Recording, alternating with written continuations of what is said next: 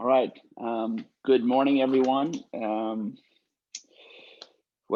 good afternoon, good evening, as usual, depending on your time zone. I happen to know that our first speaker, Dr. John Lynch, is in my same time zone, so that's why I said good morning. I'm going to read a little bit of the usual, some disclaimers, and also so people understand the process that we're going to go through in case some of the people joining in this morning are new to this.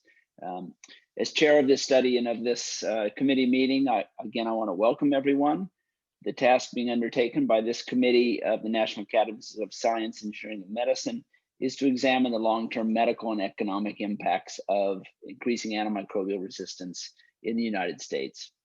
The task being undertaken by this committee includes commenting on the progress against the national strategy of combating antimicrobial resistance, and the full statement of task is described on the study website.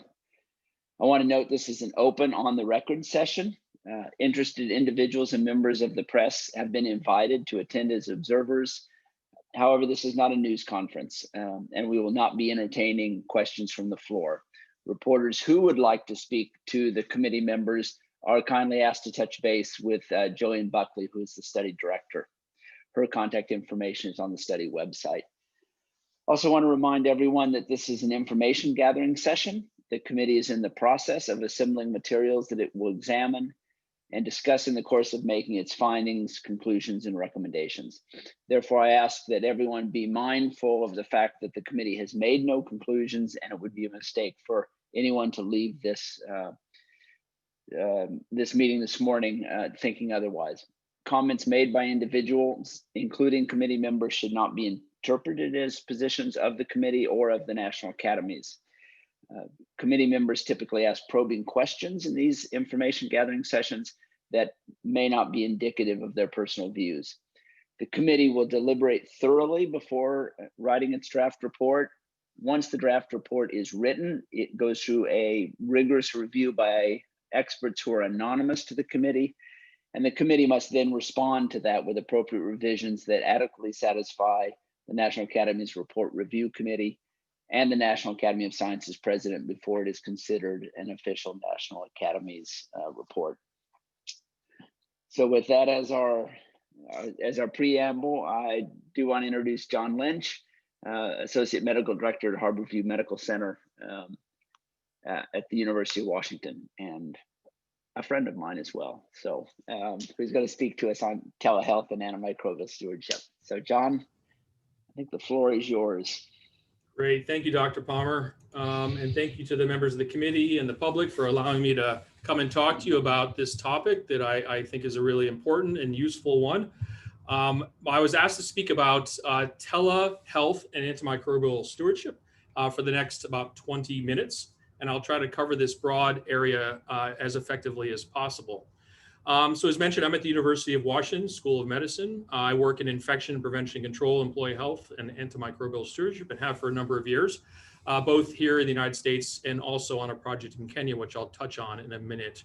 I'm really excited to see the presentations from my colleagues on stewardship, Dr. Cernich and Dr. Mendelson, and I hope not to overlap with any of their materials. So I'm so sorry to interrupt you. It is currently in presenter view, and be swapped then. Thank you. Yes, nope, yes. Totally fine.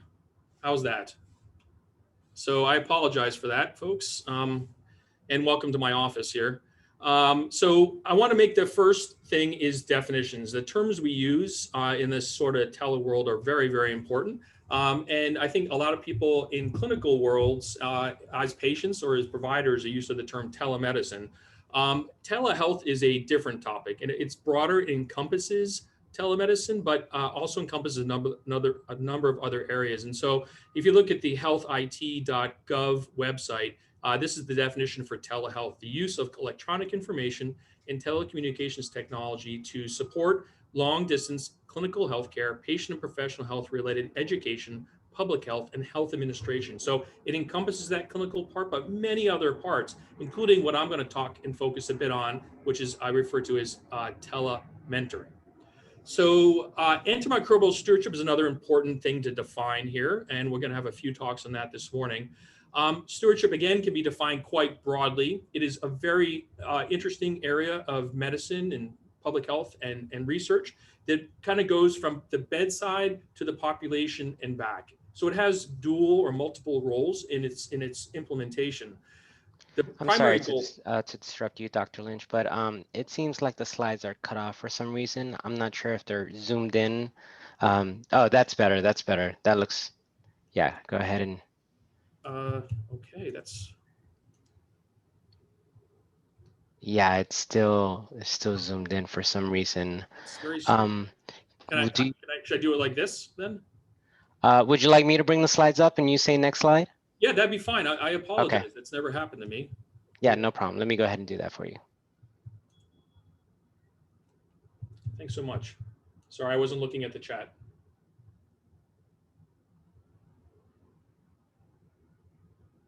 Two-thirds of the screen. Interesting. Thank you, Alex. So you can advance, I think, to slide, the next slide, please. Yeah, so here, thank you. And again, I apologize to the audience. So the issues of antimicrobial stewardship and definitions, it's, as I said, it goes from the bedside to the population and back. The primary goal of most stewardship programs is around the optimization of patients with and without infectious diseases. I say with and without because antibiotics are often used inappropriately in people without infectious diseases, and stewardship programs can be very effective at an organizational level through guidelines, through expert interventions and advice to discontinue the inappropriate use of antibiotics. But we also have a role for the absolutely appropriate use of antimicrobials in people with infectious diseases of all types. And often we can do things like modification of recommendations around dosing and duration of therapy, or narrowing, going from many different antibiotics to one very specific one for the infectious disease at hand. But we also have a much larger role in the community around slowing the emergence of infectious, of drug-resistant pathogens. We know that antimicrobials create a selection pressure on bacteria, viruses, and other microorganisms, and drug resistance will arise no matter what. By reducing the inappropriate use of antibiotics and modifying the appropriate use of antibiotics, we hope to slow the emergence of drug resistance. And this is why using stewardship programs at the local level and at regional levels are so important. And then ultimately, we need to decrease waste. Just spending money on therapeutics for no benefit to a person and potentially harm is just a waste of resources. Next slide, please. So going back to the types of telemedicine. So remember, this is part of telehealth. Telemedicine is one specific tool, but when we think about the modalities in which it's delivered, can be very informative, right? So I think, again, when we think, for those of us who have ever been engaged in telehealth, and over the last year, many of us have, there's the idea of live video conferencing, where a provider is speaking to a patient in usually a different space, sometimes from an office to a home or from a home to a home. That's live video conferencing. There's also this idea of asynchronous video, also known as store and forward, where information is uploaded and then viewed later.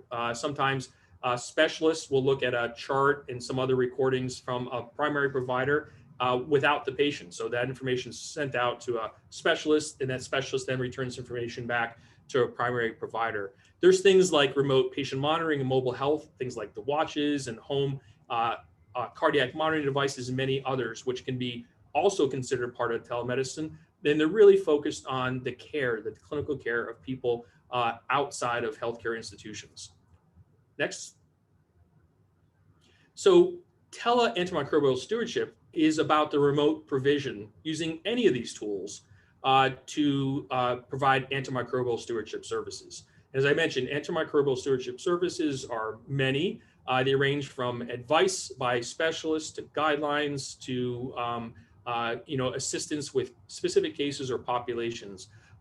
Looking at partnerships with laboratories and other diagnostic groups, use of appropriate diagnostics in individual patients and populations and similar. And so that's one classic sort of way that telemedicine or telehealth is being used in using antimicrobial stewardship activities and services outside of a given area of expertise. The other area is mentoring. So I'm going to talk about both of these as two different ways that we're using telehealth in stewardship provision right now. Next slide. So just to give you an example of a publication that discussed some of this, I would say that this field has grown quite a bit over the last number of years.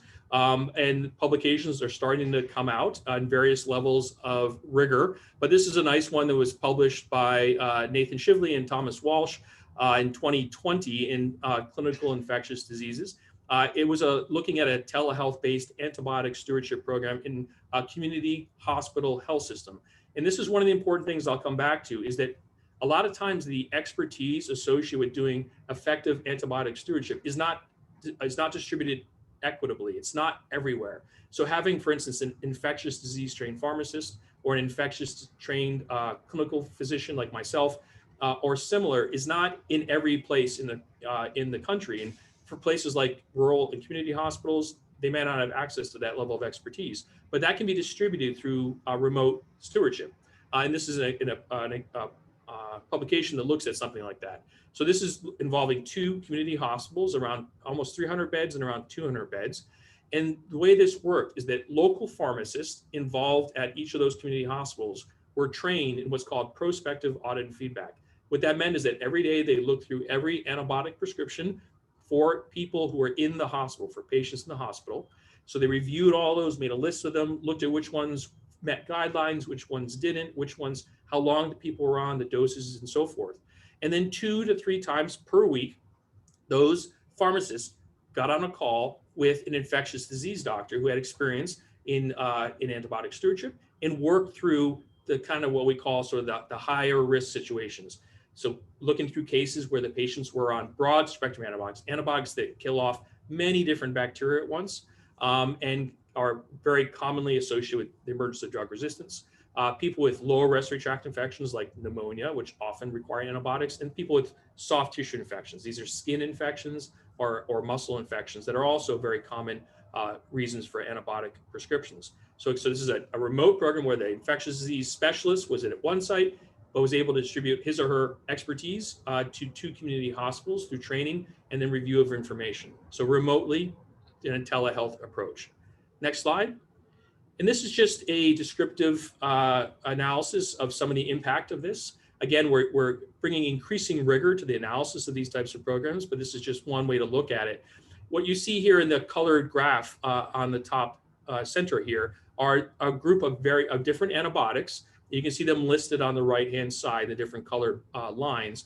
And these are just classic antibiotics that we often use in healthcare, ranging from very specific antibiotics to ones that are, as I mentioned, are broad spectrum, kill off a large number of pathogens.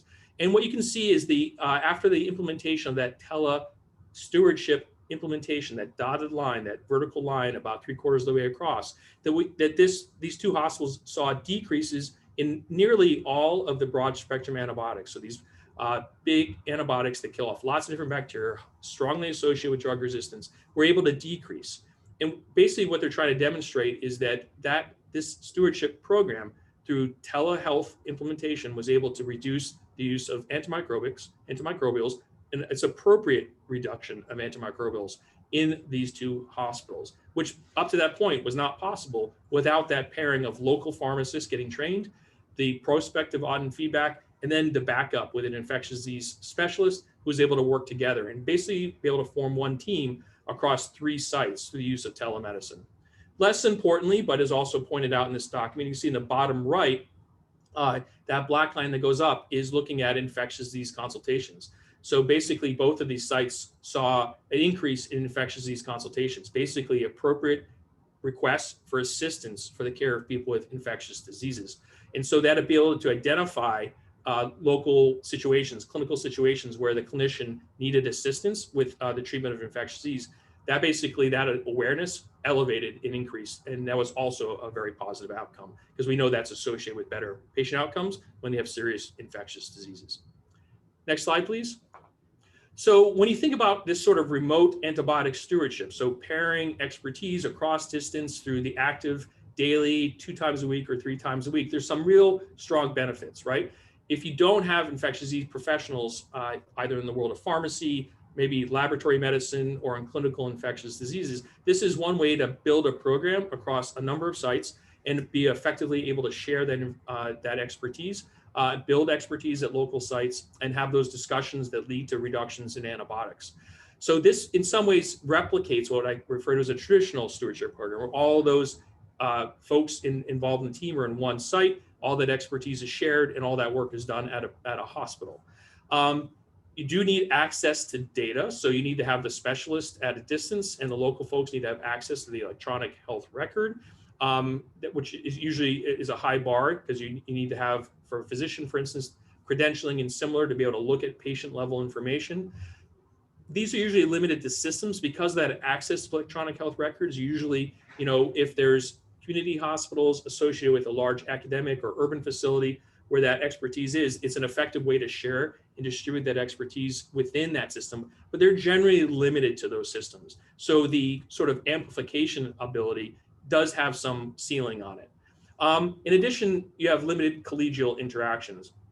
Clinical medicine, although increasingly scientific, still relies upon often talking to your colleagues, talking through cases. And obviously, if you're that person with expertise, for instance, that infectious disease doctor is not present on the hospital grounds, in the units, on the wards, and running into that person, then that collegial interaction is not there. And so it really takes a lot of work, because you have to trust that stewardship program and the recommendations they're making, that they're going to benefit the patient who you're taking care of. And so there are some limits to this, despite the power of doing these remote stewardship programs. So given those benefits of this program, I want to talk about a different approach to stewardship as well, and using the power of telehealth to deliver these activities. So if you go to the next slide. So this is my state. I live in Seattle. It's in the western part of Washington state. We have basically two urban areas, sort of the Western Washington, Seattle, Tacoma area on the left side, and on the far right is the Spokane area, which is another metropolitan area in Eastern Washington. But in the middle, we have very large, smaller metropolitan areas and even larger rural areas. And all of these red H's are what are called critical access hospitals. These are small hospitals. They're no closer than about 35 miles to each other. They're limited in terms of the number of acute care beds they have. So the ability to take care of patients in the hospital is usually limited to about 25 beds, and sometimes far fewer. And these are primary providers of both primary and acute care in many, many rural communities throughout the United States, and are really the backbone of community and rural medicine in the US. But as you can imagine, coming from smaller communities and coming with fewer patients, that they don't often have access to the expertise that's needed to do effective stewardship. Yet, despite seeing all kinds of patients with infectious diseases and dealing with the outcomes of drug resistance, some places much worse than in other parts of the United States. However, these programs have been, and these hospitals have been asked to engage in stewardship activities and kind of raise the bar around the ability to do this work. So doing things like I just mentioned, review of cases, the prospective audit feedback, working with diagnostics and so forth. At the same time, that's the person who's been tasked with that is also, the pharmacist for the whole facility, or is the infection prevention nurse, who's also the employee health nurse, who's also working in the emergency department on Friday nights on filling in. Almost everyone in these facilities wears more than one hat. And so when they were asked to do this, in my state, were asked to engage in stewardship activities by our Department of Health and by funders, what we heard back was it was nearly impossible. They just couldn't fathom doing this work. And if you could advance the slide, continue, just keep going on, click, keep going. So, back one, I'm sorry. So what we heard from them is that, our Department of Health put out a baseline assessment. Could you just answer these questions about your capacity? And what they, the message was, this baseline assessment looks like a lot of work. I don't even know how to start answering it. That's from, up in Ferry County. Down here in Kittitas Valley, we just lost our only infection prevention person who was going to do the stewardship work. They have no pharmacist in their facility. Many of these facilities have contract pharmacists or remote pharmacists at a distance. And they basically have, and this is a quote, "We have no one to do this work." So we're here as a country and as a state and, as experts in stewardship, and people who are passionate about stewardship, trying to get this out to all these communities and clinical areas. And what we're hearing is it really wasn't going to happen. And this is true, I think, for many facilities around the country. So we decided to think about some of the successes my universities had around telehealth, around Hep C and tuberculosis and HIV treatment across the Pacific Northwest. And we decided to see, could we leverage telehealth in a way that's different than that remote ASP program that I just talked about. So if you go to the next slide, one way to think about the dissemination of stewardship expertise is to take places with expertise, infectious disease clinicians, infection preventionists, which often overlaps with antibiotic stewardship work, experts in pharmacy and experts in microbiology, get those folks as a team and then get them onto a platform using telehealth to distribute that information as far and as broadly as possible through engagement. And we decided to do this through a program which I'll refer to as UW Tele Antibiotic Stewardship Program, or UW TASP, T-A-S-P. If anybody's interested, it's tasp.org. If you want to look at the website, which I'll show you in a minute here. But here at the University of Washington, in my facility, we have multiple infectious disease trained physicians. We have great infection preventionists. We have residency trained infectious disease specialist pharmacists. And we have microbiologists who are experts in both laboratory medicine and technicians who know about the platforms and know about diagnostics and stewardship of all those tools. And we basically decided as a group of experts to get some funding together, fortunately supported by my university, to find a way to support all of those rural and critical access hospitals who needed help. But we had to be able to provide it for numerous facilities. We couldn't be within a system. We couldn't have access to all their medical records, but we needed to reach as many of them as possible. Here in Washington State, I think it's about 36 of those critical access hospitals. We can't do one-on-one prospective on feedback. So how do we lift them up, provide them the backing? And it was really through this idea of telementoring to produce, allow them to do stewardship at their facilities. So next slide, please. So we talked about this in 2016. We got approval from our facility in late 2016. We went live in January 2017. So unbelievably, we're now 4 years into this work. And we really partner with our public health colleagues who are obviously very interested in drug resistance. We got some support with a vision to support Washington State hospitals with stewardship implementation refinement through mentoring, through education, and through case discussions. We provided training for our fellows and our pharmacy residents. And we started getting, as time went on, additional funding to support this, both from the facilities, but also additional grant materials. So with that, we've had some success. I'm going to talk a little bit more about this. Next slide, please. Just to click it again, just 2 more times, you can see that basically the way this looks is that we have, this is actually a small shot of what we normally see. Currently, we can have 30, 40, or even 50 individuals calling in at a given time. We start with a didactic, it's kind of adult education oriented, 10 to 15 minutes about basic infectious diseases, or maybe about new antimicrobial or drug resistance mechanisms. They send us in de-identified cases, not to provide clinical feedback. We don't do this as a consult, but to talk through cases as examples of how we could do stewardship activities, or to talk about specific bacteria or specific side effects of certain drugs or dosing or similar. Keep clicking, please. We often have rural clinicians in these places present cases to our specialist panel, and it's very non-judgmental. It's 2 ways. Our approach here is that, yeah, I might have expertise in infectious diseases, but they're experts in rural medicine, and we get to share that expertise. I learn as much from these cases as they learn from us. And it's about pharmacists and docs and nurse practitioners and physician assistants and laboratorians and infection preventionists and nurses all working together. And this just builds on itself, and we continue to change our schedule as we go forward. Next slide.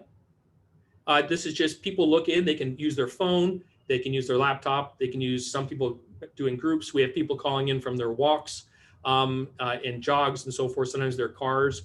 Sometimes we do a little bit of drawing on boards, often just trying to keep it as low tech as it can be, despite being on a telehealth platform, and talk about, in this case, how we get drug resistance for carbapenems in gram-negative bacteria. Next slide. This is just an example of the early curriculum. Each week, as I said, we would talk about something about stewardship or something about infectious diseases.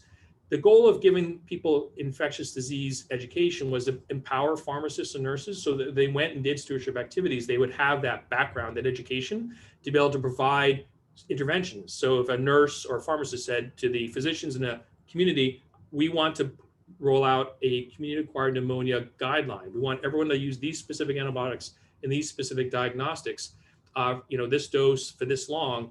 They need to have that background and know what pneumonia is caused by. What are the bacteria that happen? What's the epidemiology? Who does it happen in? What are the pros and cons of treatment, right? They have to have that background. So basically went through that sort of back and forth, and often listening to the community about what they wanted to hear about. So we covered, and then we also talked about, how do you do stewardship? How do you have an effective prospective on feedback program or similar? So we kind of went back and forth, and we've continued now, again, over 4 years of weekly sessions. Next slide. And obviously the goal is to make it actionable, adaptable, and brief. We don't sit there and talk for an hour. It's really, really short didactics and then discussions about those interventions. Next. So we have a website now. This is really developed. We put all of our learning materials on there, record all the sessions. We make lots of resources available. One of the great things is the different sites share what they've learned, some of the things they developed. Maybe they've developed order sets in a specific type of electronic health record that another site can just take that code basically and swap it into theirs and share what's worked. Because again, these different rural and critical access hospitals can know more about how to do this type of medicine than I certainly do. And they can start getting into, as I said, these learning loops where we're all teaching each other and all engaged in answering the questions around it. So again, it's sort of this mutual tele-mentoring program that allows us to amplify expertise hugely. Next slide. So this is our first couple of years. We started with local hospitals here in Washington State. That was our first pass. I think we had a dozen or so.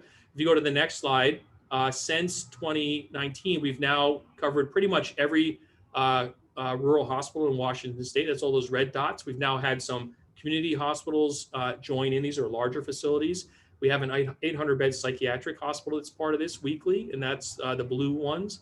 Now we also have critical access hospitals in Idaho, both South and North Idaho, Oregon hospitals, hospitals in Utah, and now going down into Arizona. And most recently, we've joined by, on the far right there, from my East Coast colleagues, Mount Desert Island Critical Access Hospital in Maine, and then more recently a critical access hospital in Montana. We've now split into 2 sessions, but what's really great, in 2 hours, we can actually now reach out to 70 plus facilities every week, talk about the cases that they are presenting and educating them on a weekly basis. And it's really, again, this 2-way tele-mentoring process that's really been very effective and has allowed broad-based, basically transformation of and implementation of stewardship activities in rural settings across the United States now. Next slide. So the goal here, really, there's pros and cons to this, just like there is for remote stewardship using telehealth approaches. The goal here is to build up local skill. We actually do build up a lot of collegiality. We have physicians joining these. They get to know us. We start to learn a lot about each other and what helps them. Again, it's very open to their expertise and our expertise. We're able to disseminate broadly. We're able to amplify stewardship activities broadly across many, many sites. And we recognize their shared experiences. Those folks in sites that are really limited by people on the ground, sort of the boots on the ground, recognize that other people in the same places and can share that. We do have limited access to data. We do not look at any patient records. We do not look at electronic health records at all, which is limiting to some extent, but also is really focused on helping the folks in the teams at the sites do the work and build up their expertise. I mentioned that we're still in the early days of understanding the impact of this. When you look at traditional remote stewardship activities, measuring antibiotic utilization, measuring the financial impact of stewardship programs is getting there. It's getting better, but we need to do better around both the qualitative and quantitative measurement of the impact of these interventions. And just as an aside, I know that this committee is focused on dealing with drug resistance. We have veterinarians on this call as well from Washington State University, Dr. Palmer's institution, who have joined us and thinking about how to use the same sort of amplification using telehealth through veterinarians and animal health providers to do similar work. So there's that great tool. Just the last slide. I know other folks are going to talk about the international work in stewardship, but I'll just point out that we're starting to roll this out in 2 places in Kenya, where we've done some infection prevention implementation using telehealth as well, or tele-mentoring approaches. This is Kitale Thika, 2 community hospitals in Kenya, and I hope to see the same sort of idea being used in other parts of the world. So with that, I'll just say last slide. Thank you very much for your attention. I have a summary of everything I just spoke about, and obviously everyone is welcome to these slides. Thank you. Super, thank you, John. We just have 1 minute and we're gonna sneak a question in. Andy Strigachis, go ahead. Hey, John, terrific stuff. We heard earlier elsewhere that some 84% of hospitals met core element requirements for antimicrobial stewardship. And I'd just like your reaction to that, whether the right things are being measured, and if there's time, what few suggestions you might have to further reduce the gap and get more hospitals on board with what's necessary in order to have effective antimicrobial stewardship. Thank you. Yeah, it's a wonderful question, Andy, and I could talk a long time about it, but I'll try to be brief. So the core principles, as rolled out by the CDC, are for the most part I would recognize as process measures. Looking at, do you have a program? Do you have this? And I think that we've, as a country, done pretty well with that. But I think we really need to make that next leap forward. Not only do we need everybody engaged in stewardship activities, all right, because it improves patient outcomes, it decreases the emergence of drug resistance, right? These are good things.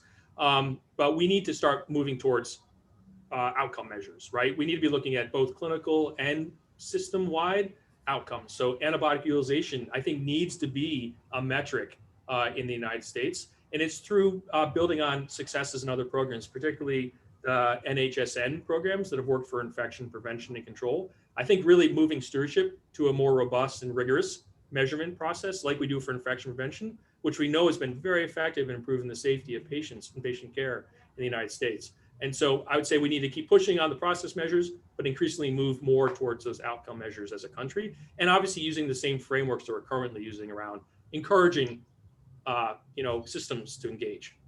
Thank you. Thank you. Yeah, super. Thank you, John. And thank you, Andy, for the question. I now want to proceed and introduce Dr. Mark Mendelson, who's Professor of Infectious Diseases at Cape Town. So good evening, Dr. Mendelson. Good evening.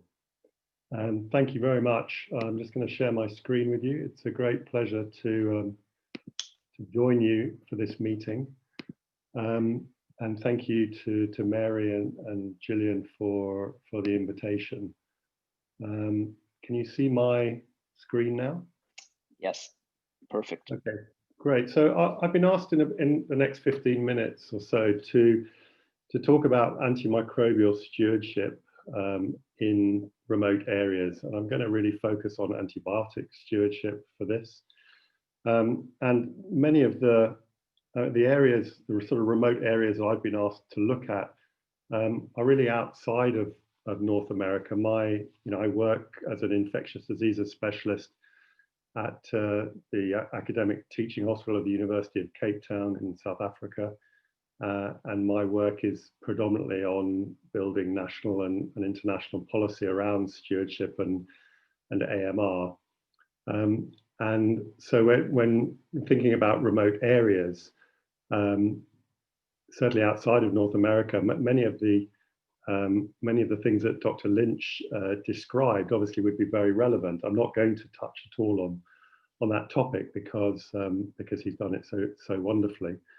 But when you're thinking about antimicrobial or antibiotic stewardship outside of North America, and that the talk is also was requested to really mainly highlight the issues around the community setting, you really need to think of a slightly different model than perhaps you're used to in the US.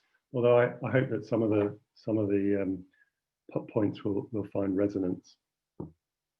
So I mean, in the hospital setting, and particularly in high-income countries, this is what one would expect from an antimicrobial stewardship team, led often either by an ID specialist or a microbiologist, and having trained pharmacists, often epidemiologists, IT, and nurses, who are part of this so-called A team. But outside of high-income countries, this really is not something that can be reproduced. So South Africa is a middle-income country, upper middle-income country. But I just wanted to draw your attention to the comparison just in infectious diseases. And remember that the burden of disease in the health system in South Africa predominantly is infection related, with massive burdens of HIV, TB, and all other infectious diseases.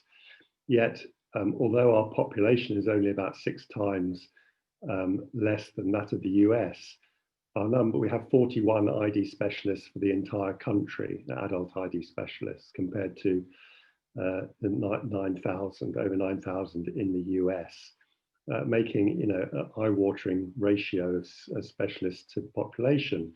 And our number of trainees is very small. So stewardship, which is often directed by ID specialists, either in the hospital setting, but even community programs, just isn't the model that can be reproduced in remote areas. So this is a much commoner sight, for example, in hospital. This was pre-COVID days. You'll be glad to know we have universal masking in our hospitals, but this was before COVID. And what you see is a specialist in medicine, not trained at all in ID, apart from the general medical training, and a non-specialist pharmacist. South Africa and most low middle-income countries do not have specialist trained pharmacists. They're usually dispensing pharmacists with a basic degree and really don't have time predominantly to do, or haven't had time to do stewardship. And if you're lucky, you may or may not have an infection prevention and control nurse with you. More often than not, you wouldn't. So what we had to do is look outside of this normal model and try and look at cadres of healthcare workers and even members of the public potentially, who could play a role as stewards, either in hospitals or in the community.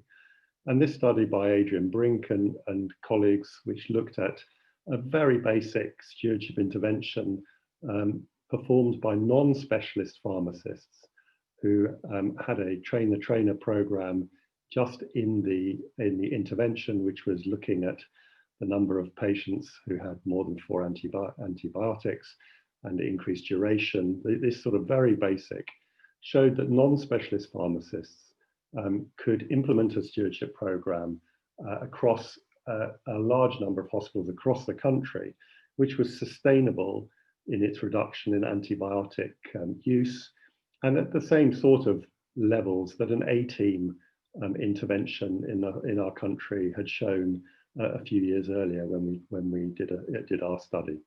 So we feel that non-specialist pharmacists are an absolutely integral and key cadre of healthcare workers that have important role in stewardship, not only in hospitals, but potentially in the community. This was a hospital study. But in the community, nurses have been, for decades, integral stewards for major programs of TB and HIV. And so in the primary care clinics and rural areas and urban areas in South Africa, it's the nurse that delivers antimicrobials for TB and health education around that infection. So we already know that nurses are an important cadre. And on the right-hand side, you'll see a result for the proportion of HIV patients who died on an antiretroviral program once the program was transferred from physicians to nurses, the stretch program. There was absolutely no difference. In other words, nurses are extremely good at managing HIV patients in primary care, and they're predominantly antiretrovirals, and therefore they are also antimicrobial stewards. So nurses in the community in low middle income countries are critical cadre, and I would say also obviously in the US and North American setting as well. Then going down to the scale of sort of training, I mean the importance in low middle income countries of algorithmic programs such as the integrated management of childhood illnesses has shown to improve antibiotic prescribing. And in this study, and from some years back now, in both Africa and South America, children who had been seen by community workers that were that had some training in the integrated management of childhood illness were more likely to receive the correct antibiotic and also to receive the antibiotic before they left the facility. And more importantly, perhaps, the child that didn't need an antibiotic was more likely to leave without one. So again, these sort of remote area algorithmic guidelines are critical in community prescribing. Community health workers are a very heterogeneous group of a cadre of healthcare workers. They range very much in training, but basic community healthcare workers, certainly in Africa, are really important members of the health workforce. And they too have been shown in this study from Zambia by David Hamer from Boston University, and colleagues in Zambia showed that not only could they reduce inappropriate antimalarial treatment, but it increased appropriate antibiotic treatment when they were introducing rapid diagnostic tests. So again, community health workers are important. Going even further, traditional healers, traditional birth attendants in this study, showing that in neonatal resuscitation with a single dose of amoxicillin for those newborns with neonatal sepsis, there was a reduction in death in the intervention arm. And these are traditional birth attendants who really don't have training, but can be trained to play important roles as antimicrobial stewards in remote areas.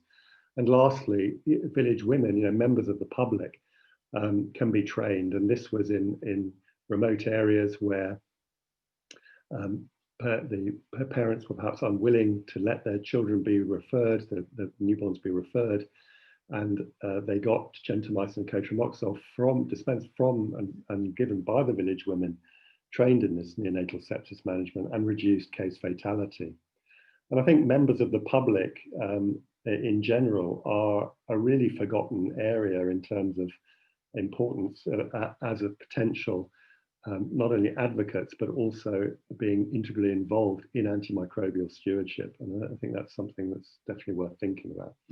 But these are relatively, these are trained people and relatively controlled environments compared to where we know that the majority of antibiotics are procured in low-income countries in particular, and many middle-income countries too. And that's from informal drug shops, where it's incredibly easy without prescription to get antibiotics. And there have been a number of studies just looking at the sort of amounts of antibiotics that are dispensed without prescription, both from China and a couple of African countries, with really large numbers of people being able to access for indications where antibiotics are not necessary. And really, these are critical areas where people access antibiotics. And it's very, very difficult to create stewardship programs around this because of their unregulated nature. But unless we try to attempt this, and I don't have the answers to this, but it's something that we really have to turn attention to.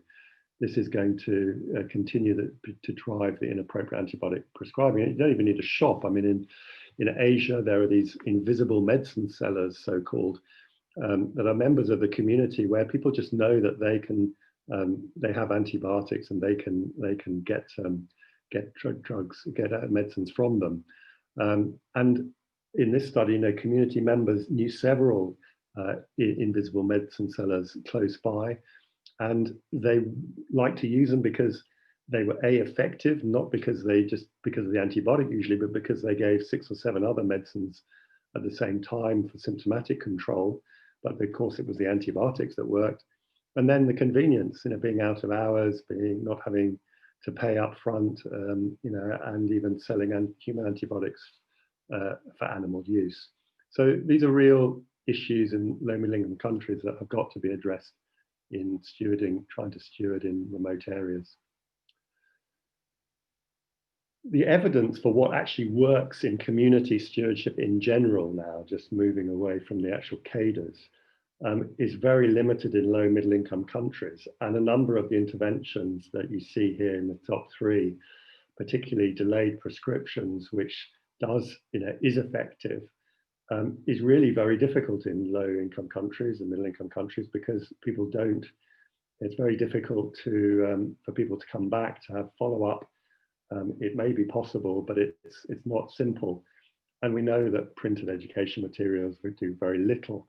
And educational outreach visits and physician reminders are very relatively impractical certainly in low-income countries.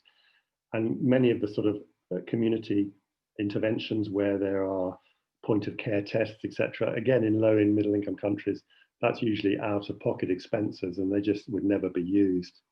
And then there's also a question about whether a lot of these stewardship interventions in the community setting actually impact on the level of antibiotic resistant bacteria.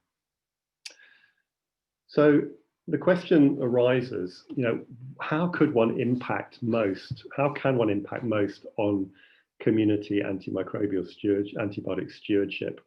And there's quite a lot of emphasis often on what antibiotics one should use and diagnostics, etc. But there's less emphasis on what the sort of infections are that we shouldn't be using antibiotics in. I mean, bronchitis is a given, acute bronchitis, that one shouldn't almost never use antibiotics. And I think that's the case in low-income countries and high-income countries. But in these tabulated infections, in mild cases, many of them can be treated safely without antibiotics.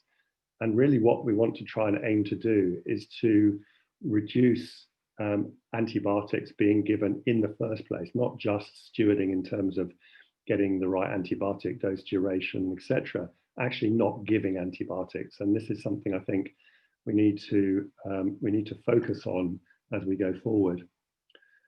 If you do need to give an antibiotic, then you should be giving the narrowest spectrum antibiotic, and you'll be cognizant of the World Health Organization's essential medicines list reclassification of antibiotics under these three groups: the first and second line treatments, which are narrow spectrum antibiotics in the access group, watch antibiotics, which are generally given not for first or second line, but for more difficult infections and in areas of higher resistance. And then the last resort, reserve antibiotics. And what we want to see in community prescribing in particular is the use of access antibiotics over watch and reserve antibiotics. And you can benchmark, if you look at the proportions of access to watch, access in green, watch in yellow, reserve in red. The not recommended are drug combinations, and then there are a few unclassified. But as you see in this chart, across many countries, there are great differences in national proportions of prescribing, from Algeria, South Africa, New Zealand, to on the left, where around 80% of antibiotics are access antibiotics, all the way through to Japan, where the predominant amount is watch antibiotics. And the WHO have set a national benchmark of 60% for a country, but you can set benchmarks for the community, which should be much higher. In fact, 80% of community prescribing should probably be access antibiotics, particularly in community settings and remote areas. You can look at the aware index across different populations and health groups, this one in children from Mike Sharland and others, looking at, again, different countries prescribing in children, of course, the majority being in the community. But what we're seeing globally is an increase in the proportion of antibiotics that are being used, being watch group antibiotics, as opposed to access group antibiotics. And over the years 2000 to 2015, globally, access antibiotics grew in low-income countries by 45%, compared to 14%, 15% in high-income countries, whereas the watch antibiotics really exploded in low-income countries to 165% increase, versus in the high-income countries, it's 27.9%. And because of this, you see a reduction in the access to watch ratio. So there's great concern at the moment, particularly in the community, of increasing watch antibiotic use driving the antimicrobial antibiotic resistance that we're seeing.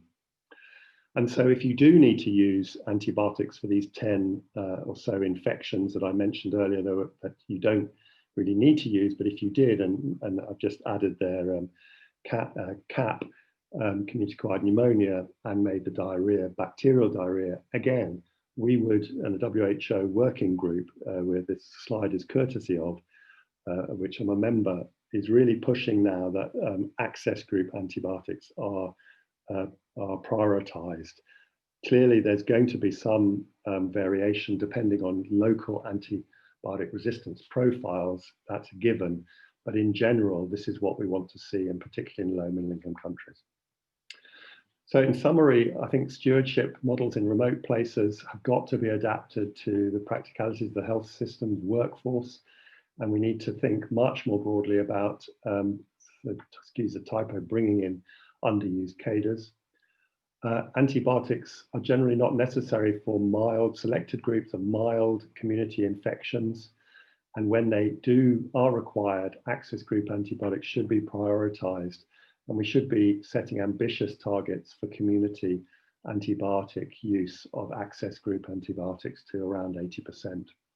And so I'm going to stop sharing my screen now and thank you for your attention.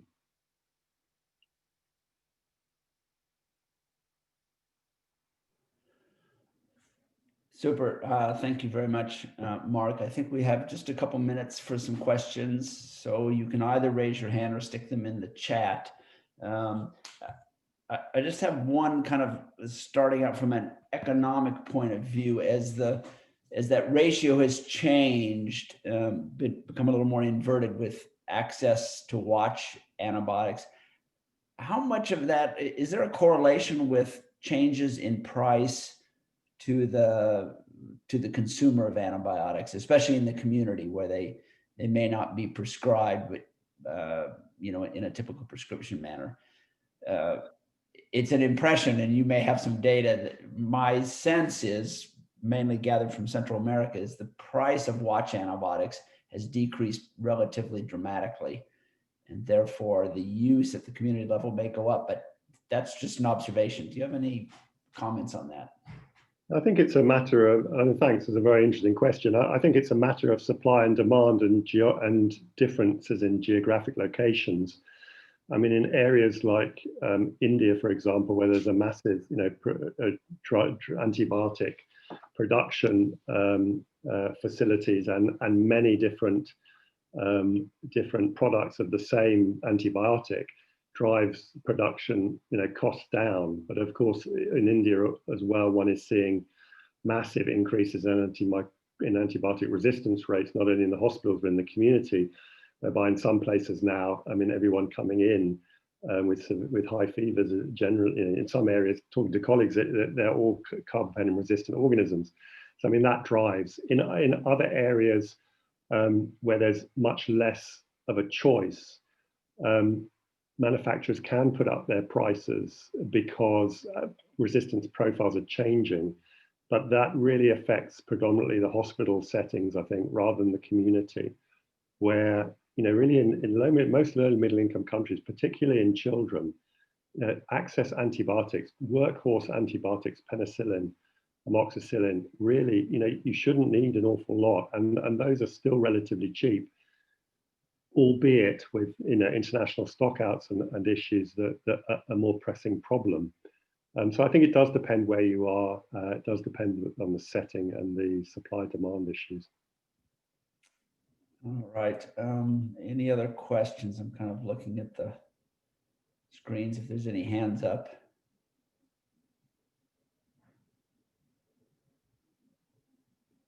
Takes me a minute to kind of screen through those.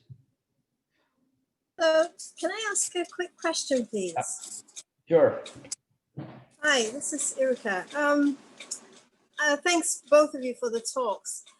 A question about whether choice of antibiotic, or not whether, but how much choice of antibiotic is influenced by the absence of diagnostic testing. If people have, how much are people using watch and reserve antibiotics just because they don't have access to susceptibility testing? Thank you. I mean, I'm interested to know what John thinks, but from my point of view, I mean, again, it predominantly comes down to the setting, Aruka, as you know. I mean, in the hospitals, in community hospitals, not the tertiary centres where there is diagnostics, but in areas where there's not laboratory access, etc., it's very difficult. And patients that have been going into hospital have often had antibiotic courses, and therefore it's difficult, particularly without diagnostics, often to use access antibiotics. However, I think in the community, unless you're in areas and countries where you know that the community resistance rates are very high, again, I think the evidence would suggest that that first line and second line access antibiotics can be used safely. I mean, in South Africa, for example, I mean, our community acquired pneumonias, our strep pneumonias are 98, 99% in most cases sensitive to penicillin. So there's no need to use watch antibiotics. Yeah, I agree with you. I guess my question was more about how the perception of resistance, not so much how resistance, but how the perception of resistance was necessarily affecting this.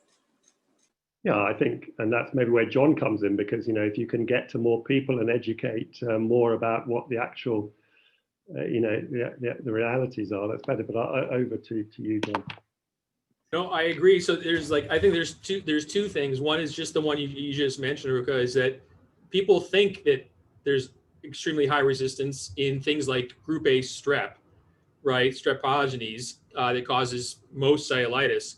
And they think everything's, MRSA, methicillin-resistant Staph aureus, and they sort of broad coverage. So there's definitely that at play. And I think education around what are the common pathogens and what's the common levels of susceptibility are critical in common infectious diseases like pneumonia and like cellulitis and skin and soft tissue infections. But I think your prior point is also critical, that places around the world, particularly remote settings, rural places, smaller community settings, patients are there for a short period of time, often, especially if they're not super ill, and the diagnostics take too much time. And getting specimens, obviously, for many infectious diseases is hard.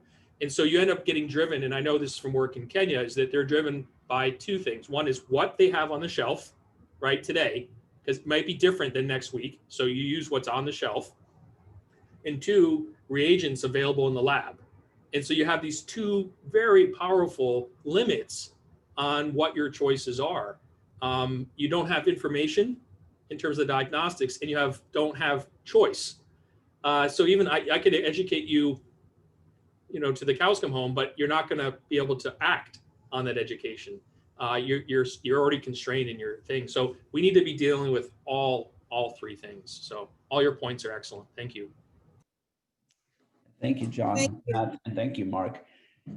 Let's go ahead and proceed with our third presentation this morning. I'd like to introduce Dr. Chris Kernich from the Madison VA and the University of Wisconsin, who's going to speak with us about antimicrobial stewardship in nursing homes. So Chris, I'm going to turn that over to you. Very good. I'm not sure if I'm going to be able to share my screen here. Is it possible to pull up my slides and I can just advance them? Please hold. Yeah, we can do that here. Alex, can you do that?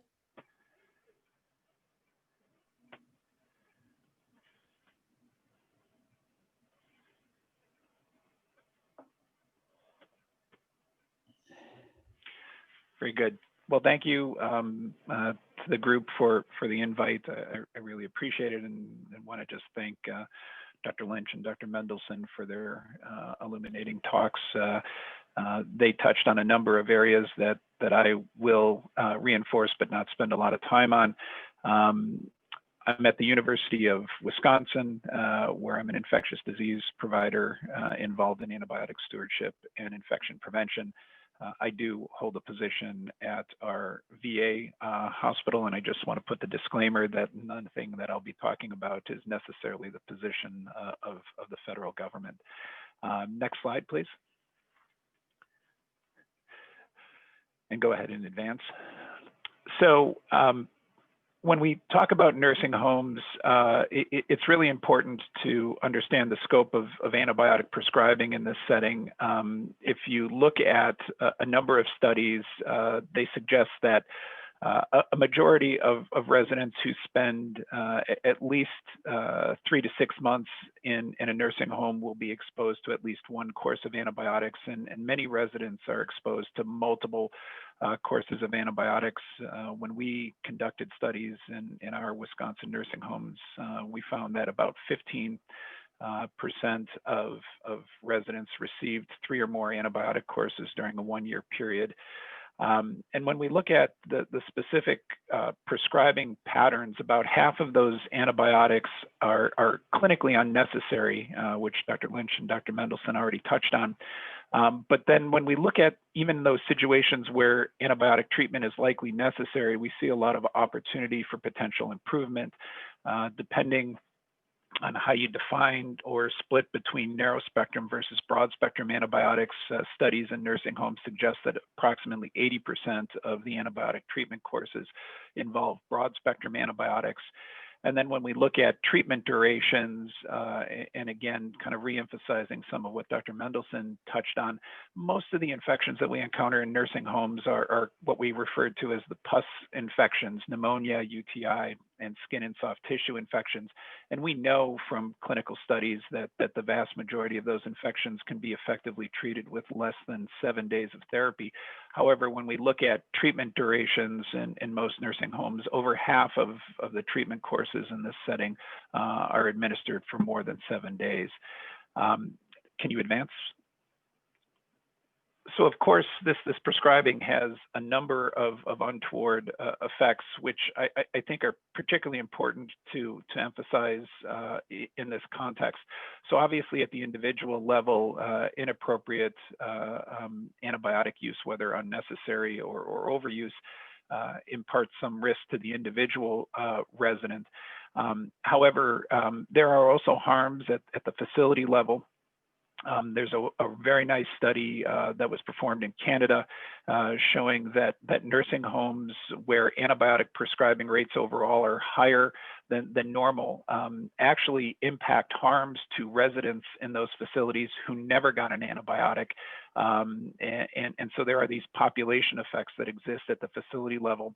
As I'll get into a little bit later on, the nursing home environment is heavily regulated, and there's an increasing focus on survey deficiencies around inappropriate antibiotic use. And so this impacts these facilities from a financial perspective. And then most importantly, what is becoming increasingly recognized is that long-term care facilities are major players in the healthcare social network. As we probably understand, residents of nursing homes frequently get discharged to hospitals and vice versa. And so there's this high level of connectivity between different healthcare systems, which is now being recognized as a major driver of regional spread of antibiotic resistance. And so getting a better handle of antibiotic use in this context is critically important. Next slide, please.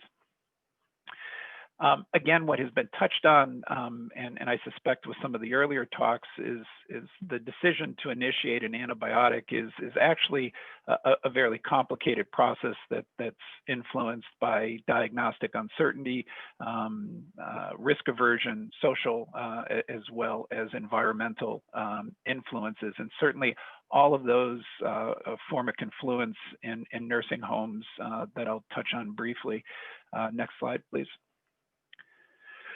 So here's a framework that we put together a few years ago, and if you kind of look at the cascade leading towards an antibiotic decision, it's really important to understand that there are opportunities to defer, interrupt bad antibiotic decisions that start with resident change in condition.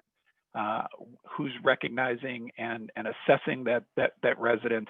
And then really important to understand that a lot of the care in nursing homes is done remotely, as providers are often not on site. And so what you're seeing a lot is providers relying on information collected by nursing staff and the quality of that interprofessional communication. That being said, the residents in these facilities are frail. Many of them have a lot of cognitive impairment. And so you have high levels of diagnostic uncertainty and risk aversion as a result of that. Much of the first line care, both with recognition and initial exam of the residents, is performed by nursing assistants, most of whom have nothing more than a level of high school education. You have nursing staff that have high staffing ratios. Many facilities have 1 RN to 20 residents or even higher if you go to the night shift. And so the ability to do an in-depth assessment, get familiar with the residents, and then convey that information in an effective way to the provider who's trying to decide whether an antibiotic is necessary can be very complicated. And what was already addressed very briefly is these facilities often lack access to timely diagnostic studies. I will say that most of these facilities do have the ability to perform basic labs and imaging studies, but it's more of a function of when those results get back to the providers rather than availability. So you have this confluence of factors that are pushing towards reducing the prescribing threshold. Next slide. Go ahead and move forward here. Yeah, so historically, as Dr. Lynch alluded to, most of the focus on antibiotic stewardship centered on hospitals, and in particular, large academic, well-resourced hospitals. But obviously in the last several years, there's been increasing focus on how do we implement antibiotic stewardship in other care settings, and certainly nursing homes are not free of that. And the biggest change in nursing homes is updates to the Centers for Medicare and Medicaid Services conditions of participation. Next slide, please. So for those who don't have a heavy presence in nursing homes, it's important to understand that CMS regulations and the state-led survey process largely drives what nursing homes focus on from a quality improvement perspective. And in particular, there's a lot of focus on survey deficiencies or FTAG deficiencies. And if CMS is not tracking these and not leveling survey deficiencies, most nursing homes are not going to put a lot of effort into focusing on this area. Next slide, please. So in 2016, CMS released the requirements for participation, or what is colloquially referred to as the MEGA rule. And this made sweeping changes to all the regulations, and in particular, those focused on infection control. Advance, please. And again, advance again. And in particular, for the first time, the regulations make specific mention that nursing homes need to have a trained infection prevention and control practitioner, as well as an antibiotic stewardship program that focuses on antibiotic use protocols, as well as a system to monitor antibiotic use. Next slide, please. Continue. These regulations are largely modeled around the CDC core elements, and I'll spend a little bit of time talking about what I feel are opportunities or areas where facilities can implement a number of the core elements. I will note that the drug expertise core element is probably the biggest area that is going to be a limitation or barrier in nursing homes, and I suspect that telehealth modalities are going to be a big opportunity to make headway in this area. We've done a little bit of work with long-term care facilities in the VA that have shown that these can be implemented successfully and have an impact very similar to the telementoring model that Dr. Lynch alluded to in his talk. However, scaling that up, disseminating that to non-VA long-term care facilities may be a little bit more challenging. The other thing to keep in mind here, in contrast to hospitals, where studies have suggested that upwards of 80% of hospitals are meeting some or all of the core elements. A recent national survey performed by Patty Stone's group showed that only about a third of nursing homes that are participating in the CDC NHSN network were implementing the core elements of antibiotic stewardship with any meaning. And it's important to further understand that those facilities that are participating in the NHSN network are probably biased towards higher functioning nursing homes. So I suspect that that estimate is an overestimate of what's going on in nursing homes currently. Next slide. So let's talk about what are areas for action or opportunity in nursing homes. Next slide, please. So I think, as Dr. Mendelson alluded to, in developing countries, the ability to implement a fully functional antimicrobial stewardship team as currently instantiated in many academic hospitals is just not feasible. When we look at nursing homes, most of the stewardship activities are currently performed by the director of nursing or the infection preventionist, or and in many facilities, that's the same individual. The medical director and the pharmacist, based on some of our studies, advance please, shows that while medical directors and pharmacists may be involved in team meetings and may have some involvement in the development of policies, they really are not engaged in staff and provider education or family education, and they're really not involved in helping collect data and designing interventions at the facility level based on those data, all the things that we would expect of providers that are actively engaged in stewardship activities in a facility. Next slide, please. So how can we leverage the medical director more effectively? Well, I think that there are a number of activities that the medical director can and should be doing. Most importantly, role modeling, participating in quality assurance, performance improvement meetings. Next slide, please, or advance. In particular, I think they can play a critical role in development of policies and protocols. Over on the right are examples of a UTI-driven assessment and treatment protocol that we developed in Wisconsin and are currently disseminating to nursing homes in our facilities. Again, if you don't have buy-in from the medical director, kind of convincing other providers of the value of these protocols, adapting these protocols to the local context, it makes it very difficult to make any progress at a facility level. Next slide, please.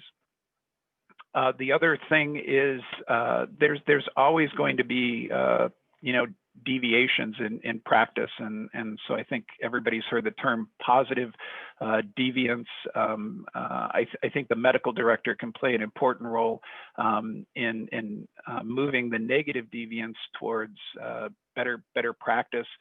This is a notable example from a facility in the northern portion of our state, where the medical director, in response to a MRSA outbreak, started to look at their resistance patterns in their urine cultures and were shocked to find extraordinarily high levels of Enterococcus in their cultures, as well as high levels of fluoroquinolone resistance.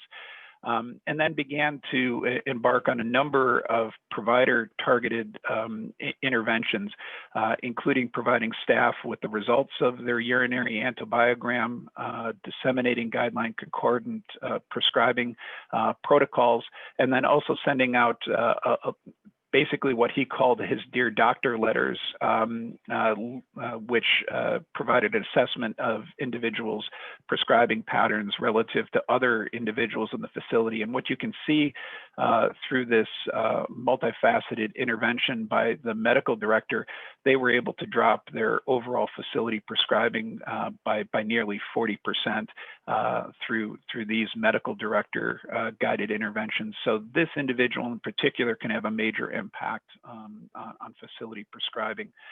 Next slide, please. I think the other individual in the facility that's already there and can be leveraged more effectively for antibiotic stewardship is obviously the pharmacist. Again, having these individuals participate in facility QAPI meetings is absolutely critical. They clearly play a role in reviewing and developing treatment protocols, particularly around choice of antibiotic and dosing, particularly for those residents with medication interactions and renal dysfunction, which are highly prevalent in this setting. Advance, please. However, I think one of the biggest roles that pharmacists can play in these facilities is playing an active role in tracking and reporting antibiotic utilization. When we look at facilities' situational awareness about antibiotic use, it's very limited. Many facilities will say that they count antibiotic starts, but there's only about half of the facilities, I should take that back, only about a third of the facilities are doing what we would consider standardized, structured trending of antibiotic utilization over time. And if facility doesn't know where they're at, it's very hard for them to kind of chart a course forward towards improvement. And the pharmacists, I think, are in a key position to help facilities leverage their data more effectively to identify problem areas and help chart a course towards improvement. Next slide, please. And then I think that the pharmacists themselves, which has been shown in a number of other healthcare settings, when they play a direct role in antibiotic stewardship, can have a major impact on prescribing. This is a study from Sarah Dornberg in a number of California nursing homes showing that a pharmacist-led stewardship intervention focused on UTI, urinary tract infection prescribing, that before implementation, antibiotic use was rising, and after implementing a pharmacist-driven stewardship intervention, they were able to affect a significant reduction in antibiotic use in these three skilled nursing facilities. Next slide. I think another big area that's particularly unique to this setting is focusing attention on resident assessment and communication of findings to providers. As I mentioned, a large majority of antibiotics are initiated over the phone without a provider performing a direct assessment of the resident. And so putting effort into enhancing nursing assessment of resident change in condition and communication of those findings to the providers can have a big impact on prescribing decisions.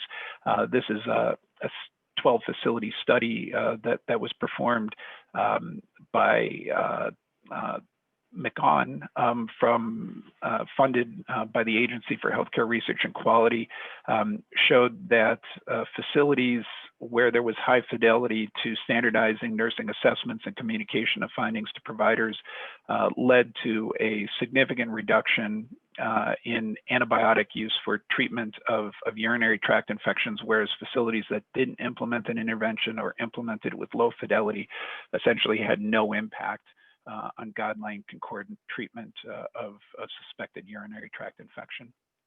Next slide.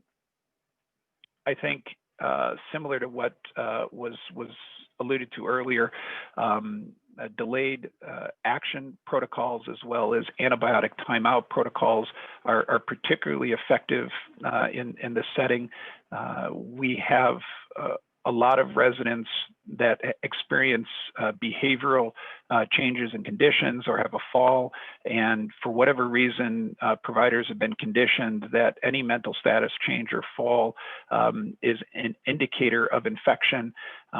We just released a guideline from the Society for Healthcare Epidemiology of America, which really questions the validity of some of those geriatric manifestations of illness, and often holding off on antibiotics and continuing to monitor residents over a period of several days to see whether they're developing additional findings that would corroborate a diagnosis of infection is the best way to go.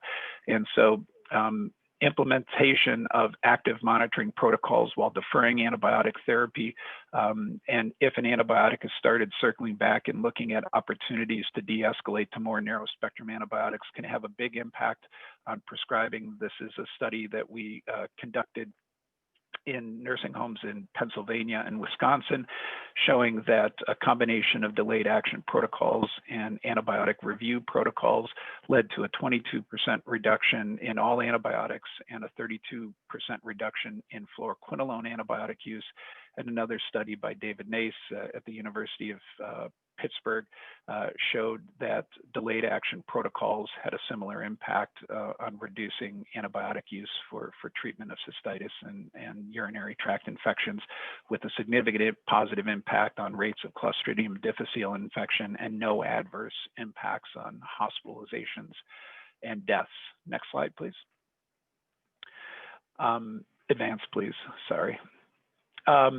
So the other thing to remember is that education does have a significant positive benefit in this setting. Some of the discussion that occurred before my talk around misconceptions about the prevalence of antibiotic resistance for commonly encountered infections is highly prevalent in this population. Again, misperceptions about the actual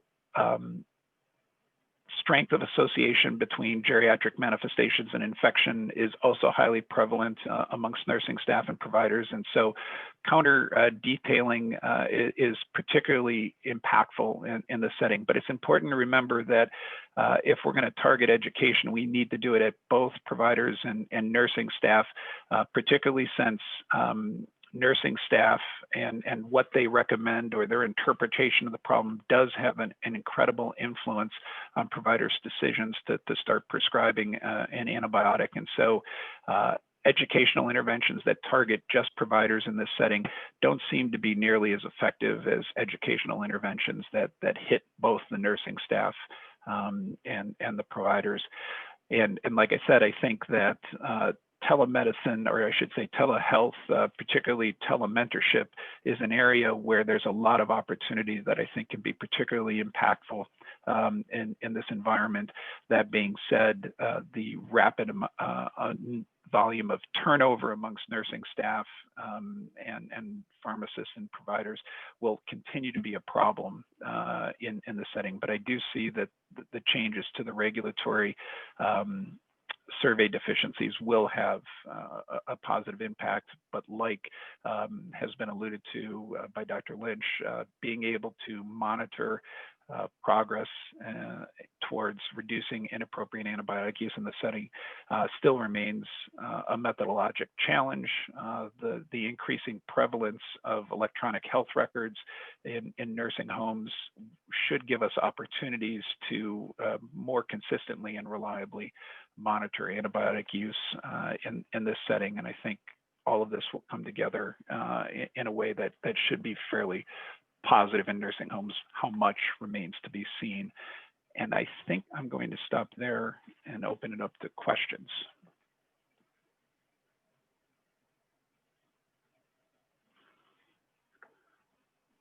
Yeah, thank you very, very much, Dr. Kernich. That was something we had not really covered in much depth up to now. So it's a really critical part of the healthcare system that we were glad to get your expert perspective on. We're actually going to take about a 15-minute break now. I think our committee probably needs it until 35 past the hour, and then we will reconvene at that time. So let's take a quick break and reconvene at 35.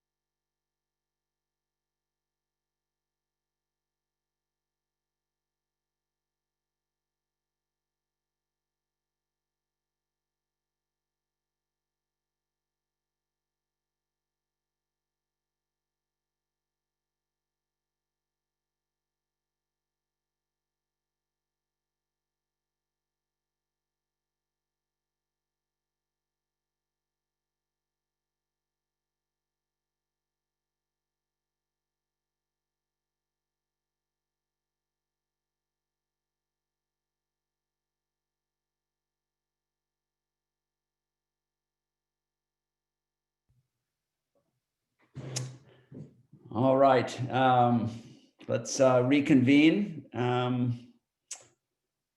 Preeti, do you have a question or comment you want to make before I introduce the speaker? No, I had a question for Chris, but I texted him separately. Okay, So, all right. thanks. All right. Yep, thank you. Yeah, it's my pleasure to introduce our next speaker, Cyril Gay. He's the Senior National Program Leader for Animal Production and Protection with the Agricultural Research Service, and to talk about research and development of alternative to antibiotics in the U.S. So, Cyril, I will turn it to you. Hi, thank you, Guy. Can you guys see my screen? Yeah, you might want to get that on presentation mode if you can, or yeah. Let me see if that works. Yeah, let's see if that. Okay. Yep. Good. Good. Excellent. So thank you very much. Thank you to Jill and Buckley and the National Academies for inviting me this afternoon to share with you some information about agriculture, animal health, and what we're doing in terms of developing antibiotic alternatives. So the title of my presentation is The Road Towards the Research and Development of Alternatives to Antibiotics in the United States. And this is what I'll focus on since I work for the Department of Agriculture, although I do want to mention that this is truly a global effort. Also want to mention that efforts in terms of research go far beyond the development of alternatives to antibiotics, but this is going to be my focus for today. So before I get started, I'd like to remind us, what is an antibiotic? An antibiotic is just a substance that's produced by a microorganism to compete in this ecological niche, to put simply.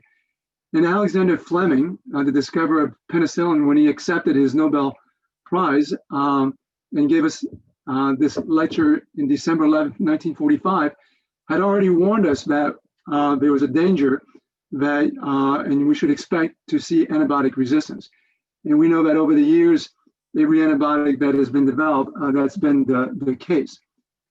So if you go to the USDA ARS website, there's a resource center on alternatives to antibiotics, and I want to share with you what the definition of alternative to antibiotic is.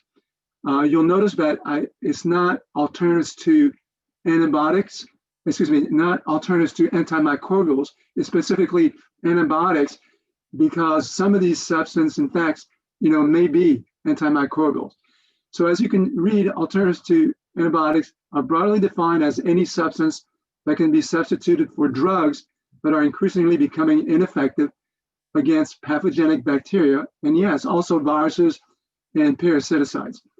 So in animal health, as veterinarians, we do need drugs and tools to treat and prevent diseases.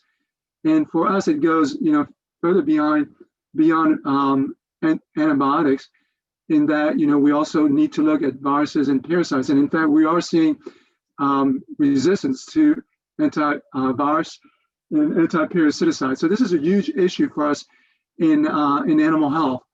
And so what I'd like to do now is just to take you through some of the history in terms of the federal government and what we've done. And I'd like to start with this President's Council of Advisors on Science and Technology, which in 2014 published this report for the President on combating antibiotic resistance. And recommendation 3 asked for fundamental research and to expand fundamental research relevant to the development of new antibiotics for treating bacterial infection, including the development of alternatives to antibiotics in agriculture. And then that led to the President's national strategy for combating antibiotic resistance bacteria. And when you look at the strategy goal number 5, it specifically said that we need to establish and promote international collaboration in public-private partnerships to incentivize the development of new therapeutics to counter antibiotic resistance, including new next generation and other alternatives to antibiotics. That led within the federal government to, within the interagency, a lot of coordination, starting with the Interagency Task Force for Combating Antibiotic-Resistant Bacteria, and also the establishment of the President's Advisory Council on Combating Antibiotic-Resistant Bacteria, PACAR, which led to this national action plan that the previous speaker presented that was published March 2015. And in fact, today, this action plan has been revised, the 2020 to 2025 action plan for the United States for combating antibiotic resistant bacteria. And then you'll see highlighted in red text here, goal number 4, again, specifically, identified the need to accelerate basic and applied research and development for new antibiotics, other therapeutics, and vaccines. So at ARS, where I work, this is the research branch of the Department of Agriculture. Way before then, we started to look at what we could do to look for antibiotic alternatives. And what you have on this slide is our first attempt to organize international symposia around this topic of alternatives to antibiotics, challenges and solutions in animal production. The first meeting was organized in 2012 with the support of the World Organization for Animal Health, or the OIE. And several symposia have occurred since then. The last one was December of 2019 in Thailand. And what I want to share with you next is some of the main conclusions from these symposia.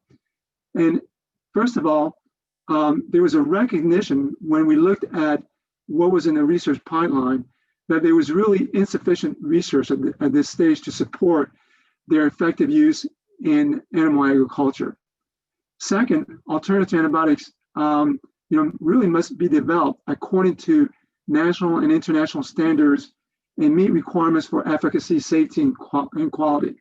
Now, the reason this was a conclusion is at this first symposium, there was relatively few participation from the pharmaceutical industry, and most of the participation in terms of industry really was from what I will call the feeds industry, which were already peddling a lot of these, quote, alternatives to antibiotic as feed additives, but with relatively very few research, so that veterinarians and industry could really apply them in an informed way. In a way, this is probably very similar to what we see in human health with, quote, nutraceuticals that are now a multi-billion-dollar industry, where a lot of products today are being sold with all sorts of various claims that are really, not supported by research. And so that really came out loud and clear during, this first symposium, as well as subsequent symposium that we organized around this topic. And importantly, in terms of the pharmaceutical industry, one of their concern was that, well, if we start investing in the development of these alternatives to antibiotics, there's really not a lot of clarity in terms of the regulatory pathways. And we did have participation from the US FDA and EMA, the European Medicine Agency, and other regulatory bodies across the world.